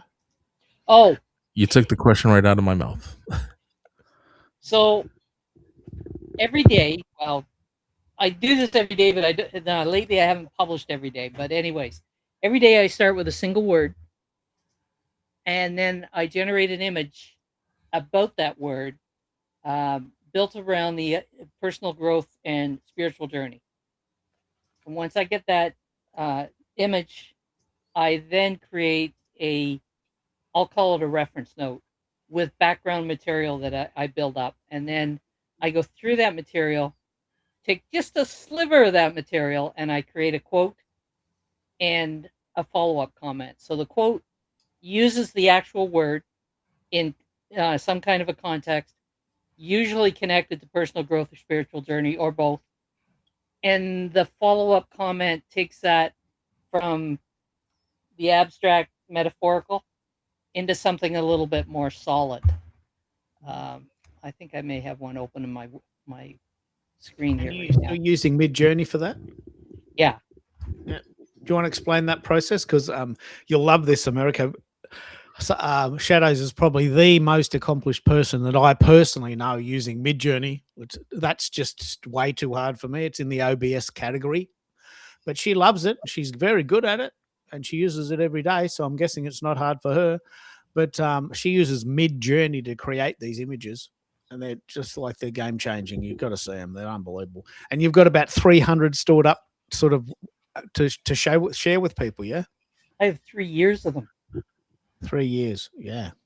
So every day be around about 1,000. So today's the word that I just published just before I joined the call here The echo word is umber, umber, which is a dark brown color, a rich dark brown is the actual definition of it. So the quote that I put out was, "We admire the size and strength of a tree without considering the growth and development below, where rich, warm umber surrounds the roots, supportive and nurturing." And the follow-up comment was, "Like a tree, our strongest growth happens unseen, protected and nourished safely within, until we're ready to let the world see what we're becoming." So then there's the image. Yeah. Now, this is off the charts, Americo. You and I talk about AI images, but this is just another world. So what happens is I use the Midjourney bot in Discord, and I use the forum rooms in Discord to keep my images sorted. So at the beginning of the month, which of course is tomorrow, I create a forum room for September, and then I do each day as a different topic.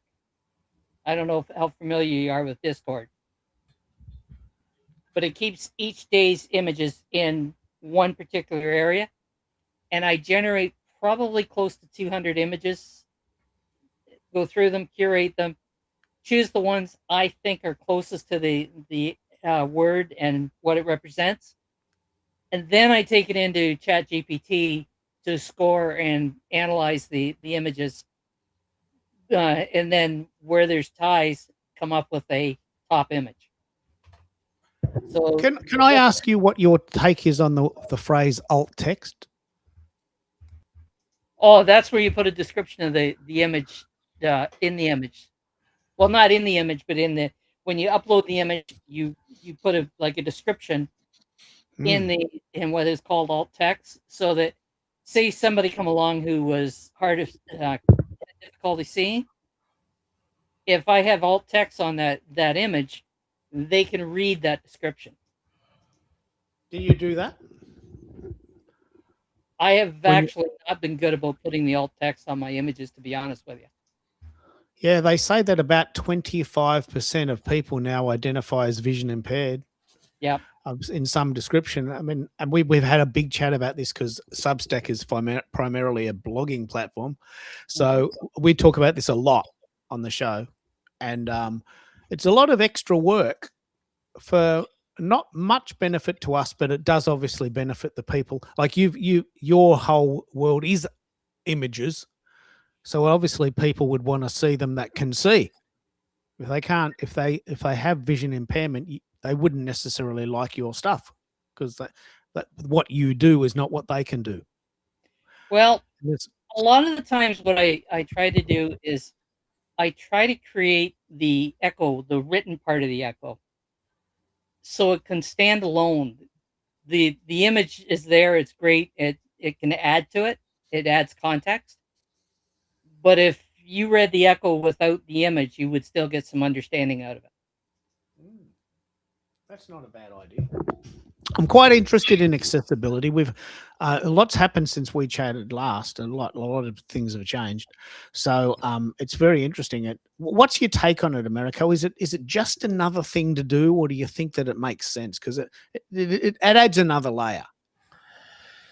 Well, depending on the environment in which you find yourself, there's legislation that require organizations, publishers, websites to make their content accessible. You and I, as small creators, we may not be held to the same account. Now, don't quote me on this. Maybe we are, but we're just too small of a fish to fry, and there's just not enough resources to make sure that everyone is compliant. But it is a thing here. It's huge. Yeah, it is. Yeah. Well, I've done an experiment, and I'm happy to say that it doesn't take a lot of extra time, but it does take extra time. But there's a result. So you'll be, I mean, you won't even believe me when I tell you, Shadows, but I have created 126 articles on Substack since we chatted last. I hate writing. How many times have I heard that?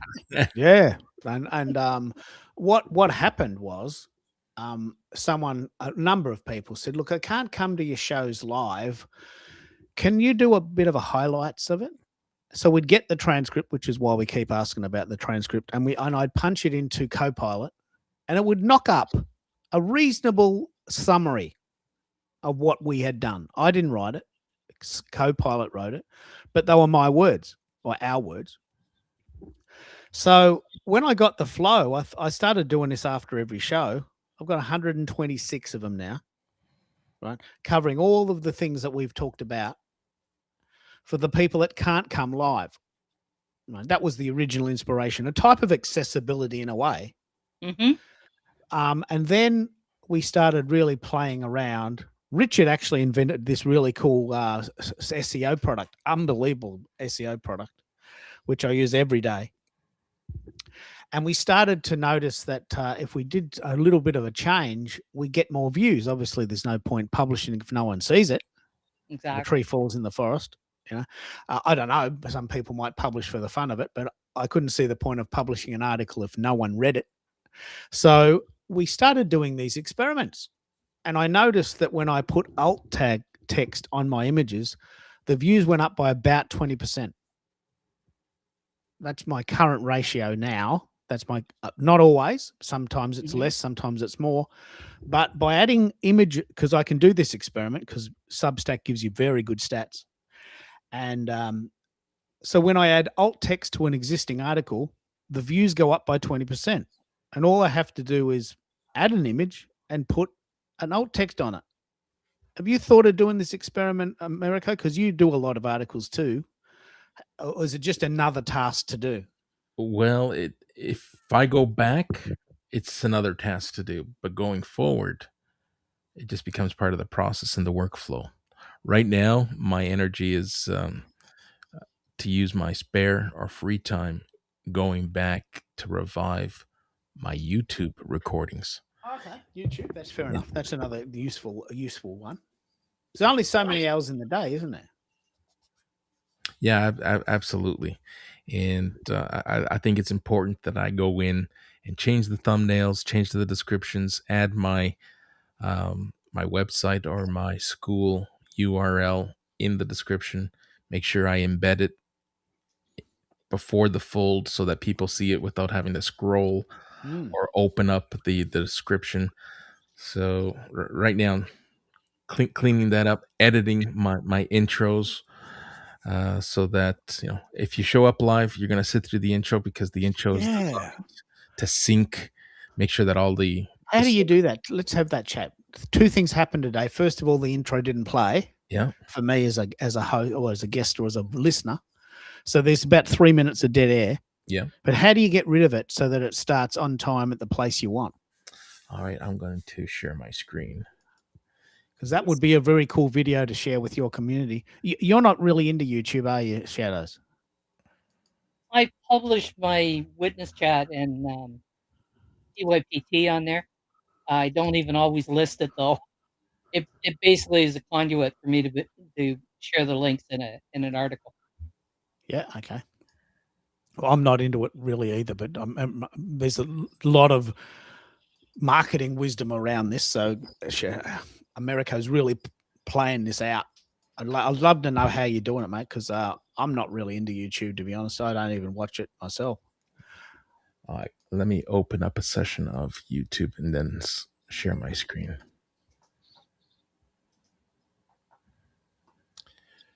All right.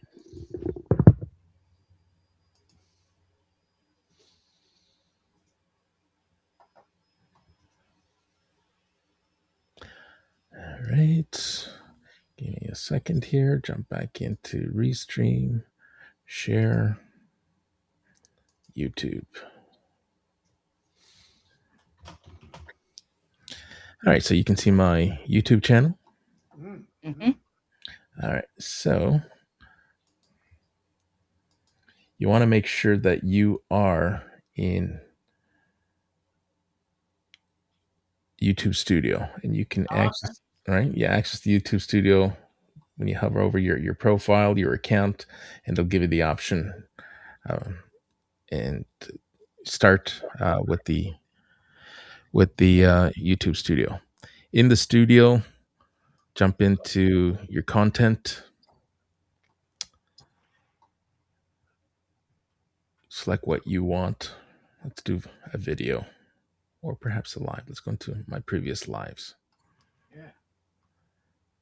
So here's a live that I did this weekend. So you see how I don't have in my description my website or my link to my Skool community. I'd have to embed that. The description jumps over from Restream, so what you get by default is whatever title you've given on Restream. So that can use some SEO optimization. For the intro, I want to go into editor and you want to create trim and cut, a new cut, and you pretty much pick wherever your intro is. So here's my intro. Okay.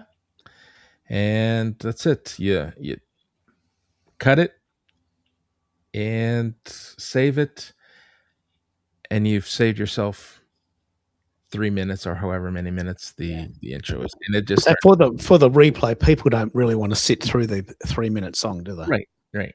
And if I had more time, I can probably edit this and remove other bits. I can also upload it. I'm thinking, we're talking about investing in other platforms. I haven't ruled out Descript, but I really like what Adobe Podcast offers because it offers a audio and audio video editing tool. And if I can scrub my videos and remove all the ums and the dead air and compress it and have the audio engineering component make it sound close to studio quality and pairing up my sound with my guests. You know how often sometimes you bring 3 or 4 different people and they all sound different. Yeah. Well, that'd be something very useful to you if you offer this as a service now. Yeah. So yes. come on my show. The show is free. But if you want me to do anything after that, editing and making it sound better, well, then I've got to charge for that. Yeah. Because it's work I've got to do. But what I'm really interested in is what are you going to do with this show in this context? Are you going to take out that intro and then just let it run, or are you going to keep it on YouTube? I'll take out the 3 minutes. And I'm glad you brought that to my attention. I probably would have picked up on it tomorrow when I listened to the replay. You might want to take out all those screeches too. Yes, we can edit out the screeches and the test. And once we figure out how to get this Bluetooth function working, where the mix minus removes all that screeching, then how did that feel to you, Shadows? What was it like as an experience to call in to a live show using WhatsApp? What was that like? I'm not a fan of WhatsApp, but it was fairly smooth, other than the fact that it didn't really connect very well on the other end. I wonder if some of that lag was also my connection, my slow connection. Okay. Yeah, possible.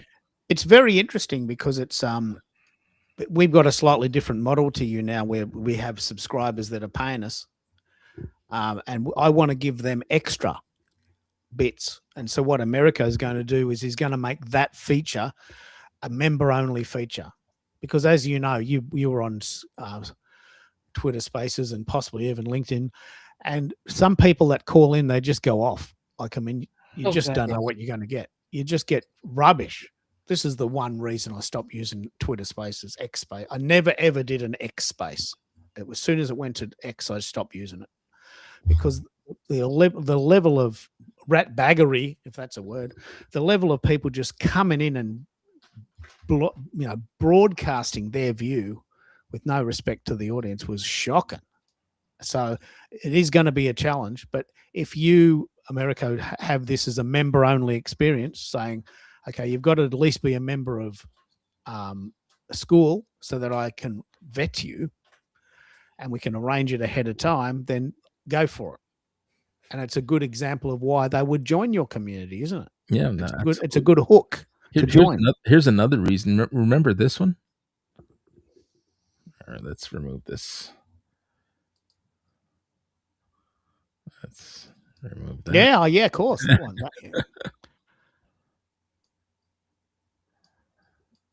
Do you ever go on other people's shows, shadows as guests, or do you just sort of whenever, or have you done the circuit? No, I haven't. It's not your thing, is it? Well, it's not something I get asked to do, but then I don't really circulate a whole lot. Yeah, we're all different. Like we got different skills. Lots happened since we chatted last. A lot. Maybe not so. You're liking surprising, those but- images, aren't you, I am America? liking those images. Yeah. I'm extremely happy with Restream. I can see myself sitting here for about another 6 to 12 months. But I do like the idea that when I hit that buffer of 10 people on stage, and I haven't hit it yet, I can go somewhere else. I do like the idea of knowing it's in my pocket. That's for the word solidarity, Keith. This I figure image. America already knows. Yeah, that image is solidarity. Yeah, we're all in this together. Yep. It's fabulous. I get some surprises sometimes at what image ends up at the top of the file. Over on, I got this from your LinkedIn feed. Yeah, that was one that I a couple of days ago, I think I published that one. Now, in terms of No, it was prompt, today. It was today. Pardon me. Sorry. Go ahead. in terms of prompt engineering, how much Mhm. goes into producing this? A lot. Creating an echo can take me upwards of 4 hours. Wow. Now, I may have broke a logjam on some time today. Most of the prompts have been being done over in ChatGPT, and then I go over to Claude, and I had Claude do what is called a note compiling. It goes back through the note, it picks up overlaps between the different sections, and basically encapsulates it, sort of thing, so that I can go back down through it and look at the compilation. And if I want to expand something, I can go to the relevant section instead of reading through, because the note it ends up at being anywhere from 15,000 to 25,000 or 30,000 words. So you don't want to spend half the day reading the book, so to speak. So that's why I get AI to do that kind of summary type stuff, and then I start drawing from there to do the quote and the comment. And then Claude and I do this kind of back and forth kind of workshopping it, sort of thing. I put the quote in, and it checks the grammar, and we'll throw back comments about, well, you've kind of gone too heavy there, or you're kind of off theme there, or you're on theme there, but you've missed it here, sort of thing, which is really helpful. It's like having a writing assistant. But part of what I've been running into with ChatGPT is when it's doing the sections, like how the image relates to personal growth and how it relates to spiritual journey, it starts doing these single sentences instead of paragraphs. And when I read the sentences, it's like it's doing a point form note in sentence form. And I'm like, what the actual F are you doing? Did you forget how to write? Well, I come to find out that apparently ChatGPT is designed to create scannable text for the mobile experience. The problem is with scannable text is that you lose the depth that I'm looking for in what I'm doing. So after fighting with it for, I don't know, better part of a week and a half, today I went over to Claude and I said, okay, here's the image that we're using. Here's the number reference for the image. Go into my Obsidian note for this word, started this section, and do all the prompts down to and including the note compilation. So it did. It did everything that I had ChatGPT doing, only it did it right inside Obsidian for me because I have Obsidian connected to Claude. So what would have taken me a better part of an hour to copy the prompts in, let it do the prompt, copy the result back over, put the next prompt in, I had Claude do directly in Obsidian. It was done within 15 minutes. So there's some time I saved. Have you ever been on Bez's show explaining this? No. Have you ever explained it to people? Have you? I mean, what you know and take for granted is beyond my comprehension. I've been told that. But it's also dry as dust to talk about too, isn't it? I Like- would imagine it'd be very, very difficult to talk about in a sexy way. Yeah. Yeah, like I can talk about it, but I can also put the listener to sleep too. Well, isn't that the same for anything really? Like we're Yeah. passionate about live streaming and live content and repurposing this content and the tech behind the content. And I'm sure we can put people to sleep listening to our passions, True enough. right? So one of the things that I have discovered in some of the research runs that I've had the LLMs do for me is that there is a hunger for spirituality without religion. And that's one of the things that I've stayed away from with the echoes. I do not get into dogma. Spirituality will come into the echoes, but it comes into it quietly. And I do not use any particular religious leaning on it, which makes what I'm doing rather unique. The LLMs have not been able to find a direct comparison that anybody else is doing. And let me ask you a question in terms of the content that you put out. So I'm looking at your LinkedIn profile, Mm-hmm. and where else? What does your social footprint look like? Where else can people consume this wonderful piece of work? You can find it on LinkedIn. They can find it on Instagram. They can find it on a Facebook page under Shadows Publishing. They can find it on Hive, which is a blockchain. And believe it or not, they can find it on Pinterest, where it lands without me touching Pinterest. Oh, you have it linked through Instagram? Yeah, Um, had to teach me that. I'll tell you, that was hilarious. I created a Pinterest account called Shadows Daily Echo. Okay. And I was in there one day and I was tinkering around on the settings. And, I haven't really got serious about Pinterest. So I guess I turned the setting on to allow the Instagram feed to come into Pinterest. So I went back and I realized that when I really looked a bit deeper, I come to realize that apparently this has been going on for about a year and a half. That the Instagram postings that I was putting up were being sent over to Pinterest. And I was astounded at the analytics that I was looking at. I had an audience that I had no idea existed on Pinterest. And they were actively engaging on the clicking and saving and sharing the posts. Had no idea what was going on until I went back and looked. Yeah, I can't remember the last time I checked. Someone told me, "Hey, this is an untapped ecosystem. You don't have to do anything. I'll help you set it up.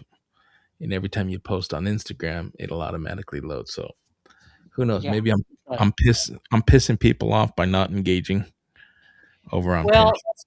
the other aspect of it is, and I've looked into it a little bit with Pinterest. You actually should be taking some of them and repeating them. So you don't just put them in once, which is what would happen if it's going through Instagram. You know, it's uploaded there, and then it goes over to Pinterest, and there it is. You actually want to do from 2 or 3 different angles, you know, and do it over a period of time with repeating some of the pins. And you want to have them linking out to stuff, which of course you're not doing when you come from Instagram. So that's a issue that I need to deal with. There's just so much to stay on top of. Oh, I agree. I'm sticking to Substack, LinkedIn, and YouTube, and when I have time, I'll go to Instagram because Skool pushes out a lot of promotional content on the Meta platforms. So it's important that I try to show up there now.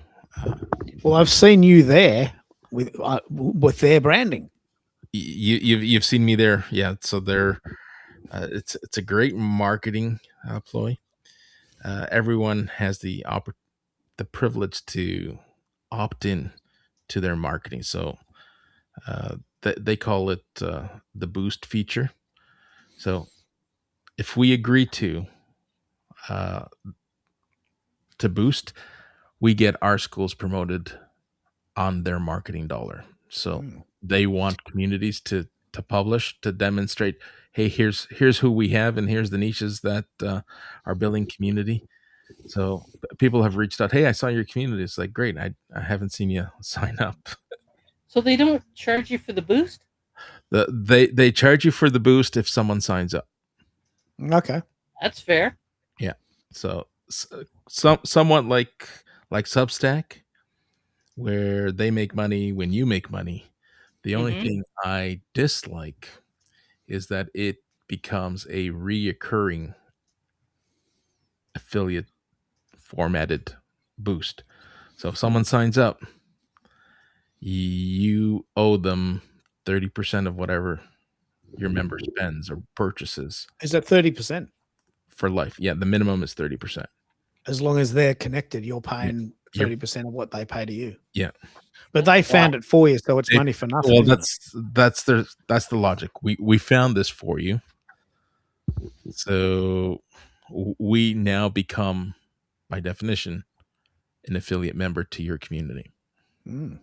I thought of you the other day because you've often mentioned this phrase faceless video, and I see a lot of ads for faceless creators, and I'm thinking, what does that mean? I mean, what context can you explain what that means? Because why would you do it? What is it? Is all these videos that don't have your face on it that somehow drive things to your content? What is it? It's AI cinematic videos. Ah, okay. Where you're not in it. You're not in it. You may be producing the prompt to generate the video. You may be producing the context of the video, the hook, and the narrative and the description. So you're behind the scenes, and then you engineer a prompt that puts a video together and you upload it, and away you go. Yeah, it's a market within itself because they understand there's a lot of people who don't want to go on camera. But it's still, thank God for the lurkers. It's still synthetic, right? So I'm standing behind, hey, there's a place for off-camera community members. Oh, it's amazing. But keep it real, like we're doing here.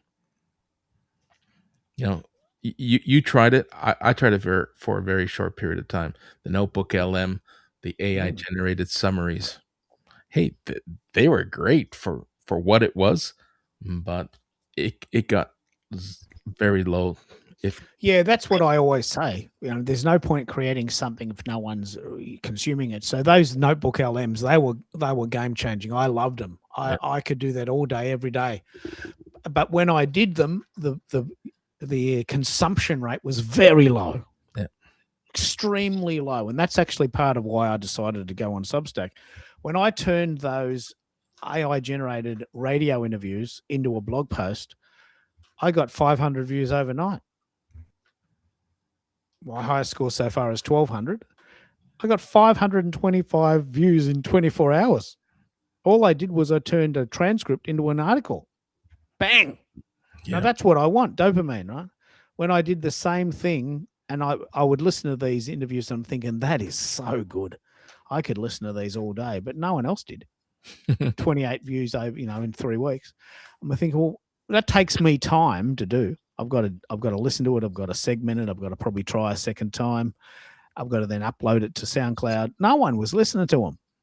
Amazing, isn't it? There's Yeah. all these choices. We just got to pick the ones that that we want to do, but also that people want us to do. It's really quite amazing, and it is limitless. You could just spend hundreds and hundreds of hours doing this. That's a good image. Is that your new logo, Shadows, or a different is. logo? What does it symbolize? It's the logo for the Daily Echoes. So they're echoing out from the center. Oh, okay. Like a ripple. Yep. So Ripley in context and concept is actually very indicative of what you do. You're Yep. making ripples. And the community that I have on there, I call the Echoverse. Ah, the Echoverse. Yeah, bloody brilliant. That's very, very impressive.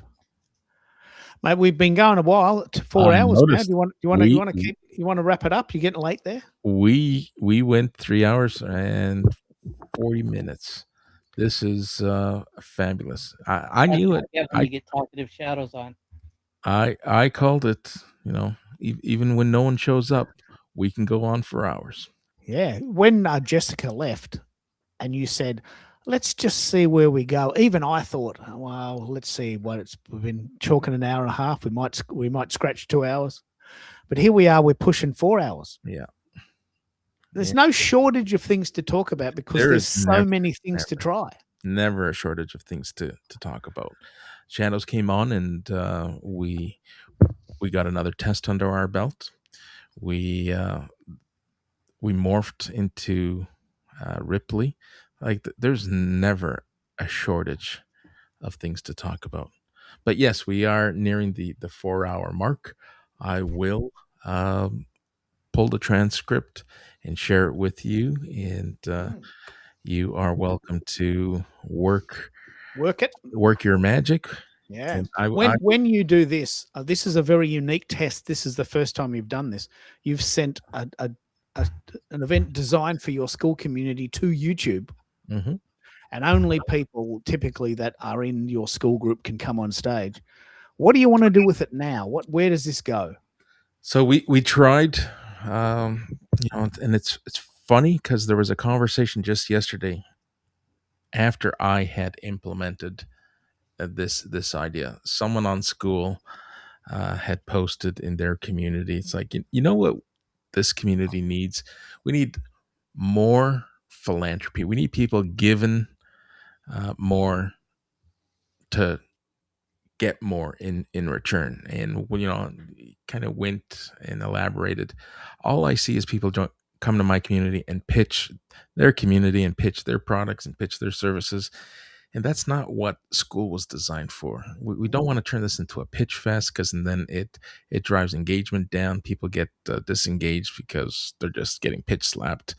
And there's plenty of other places for that to happen. I'd love to see us just give some of your best work away for free. And I jumped in. It's like, hey, this is right in my wheelhouse.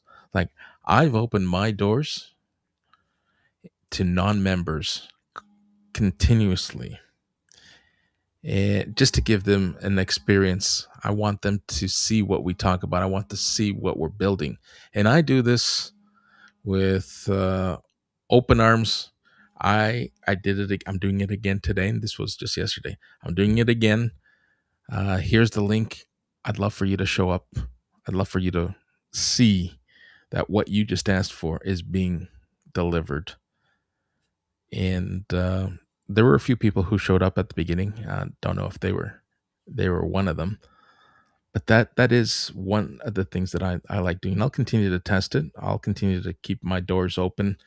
But what I will do now that this event is coming to an end, I will process it.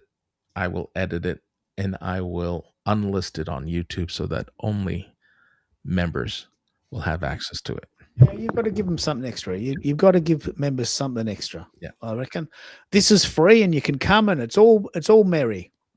But when it comes to the end of it, members have to feel like they're getting something more. I love that. I can't wait to see what you do with it, and we can talk about that in the next model. And the next model might even be on Ripley. Hey, we'll give it a try. You know, if the free version allows 5 people, then we might be able to get away with it.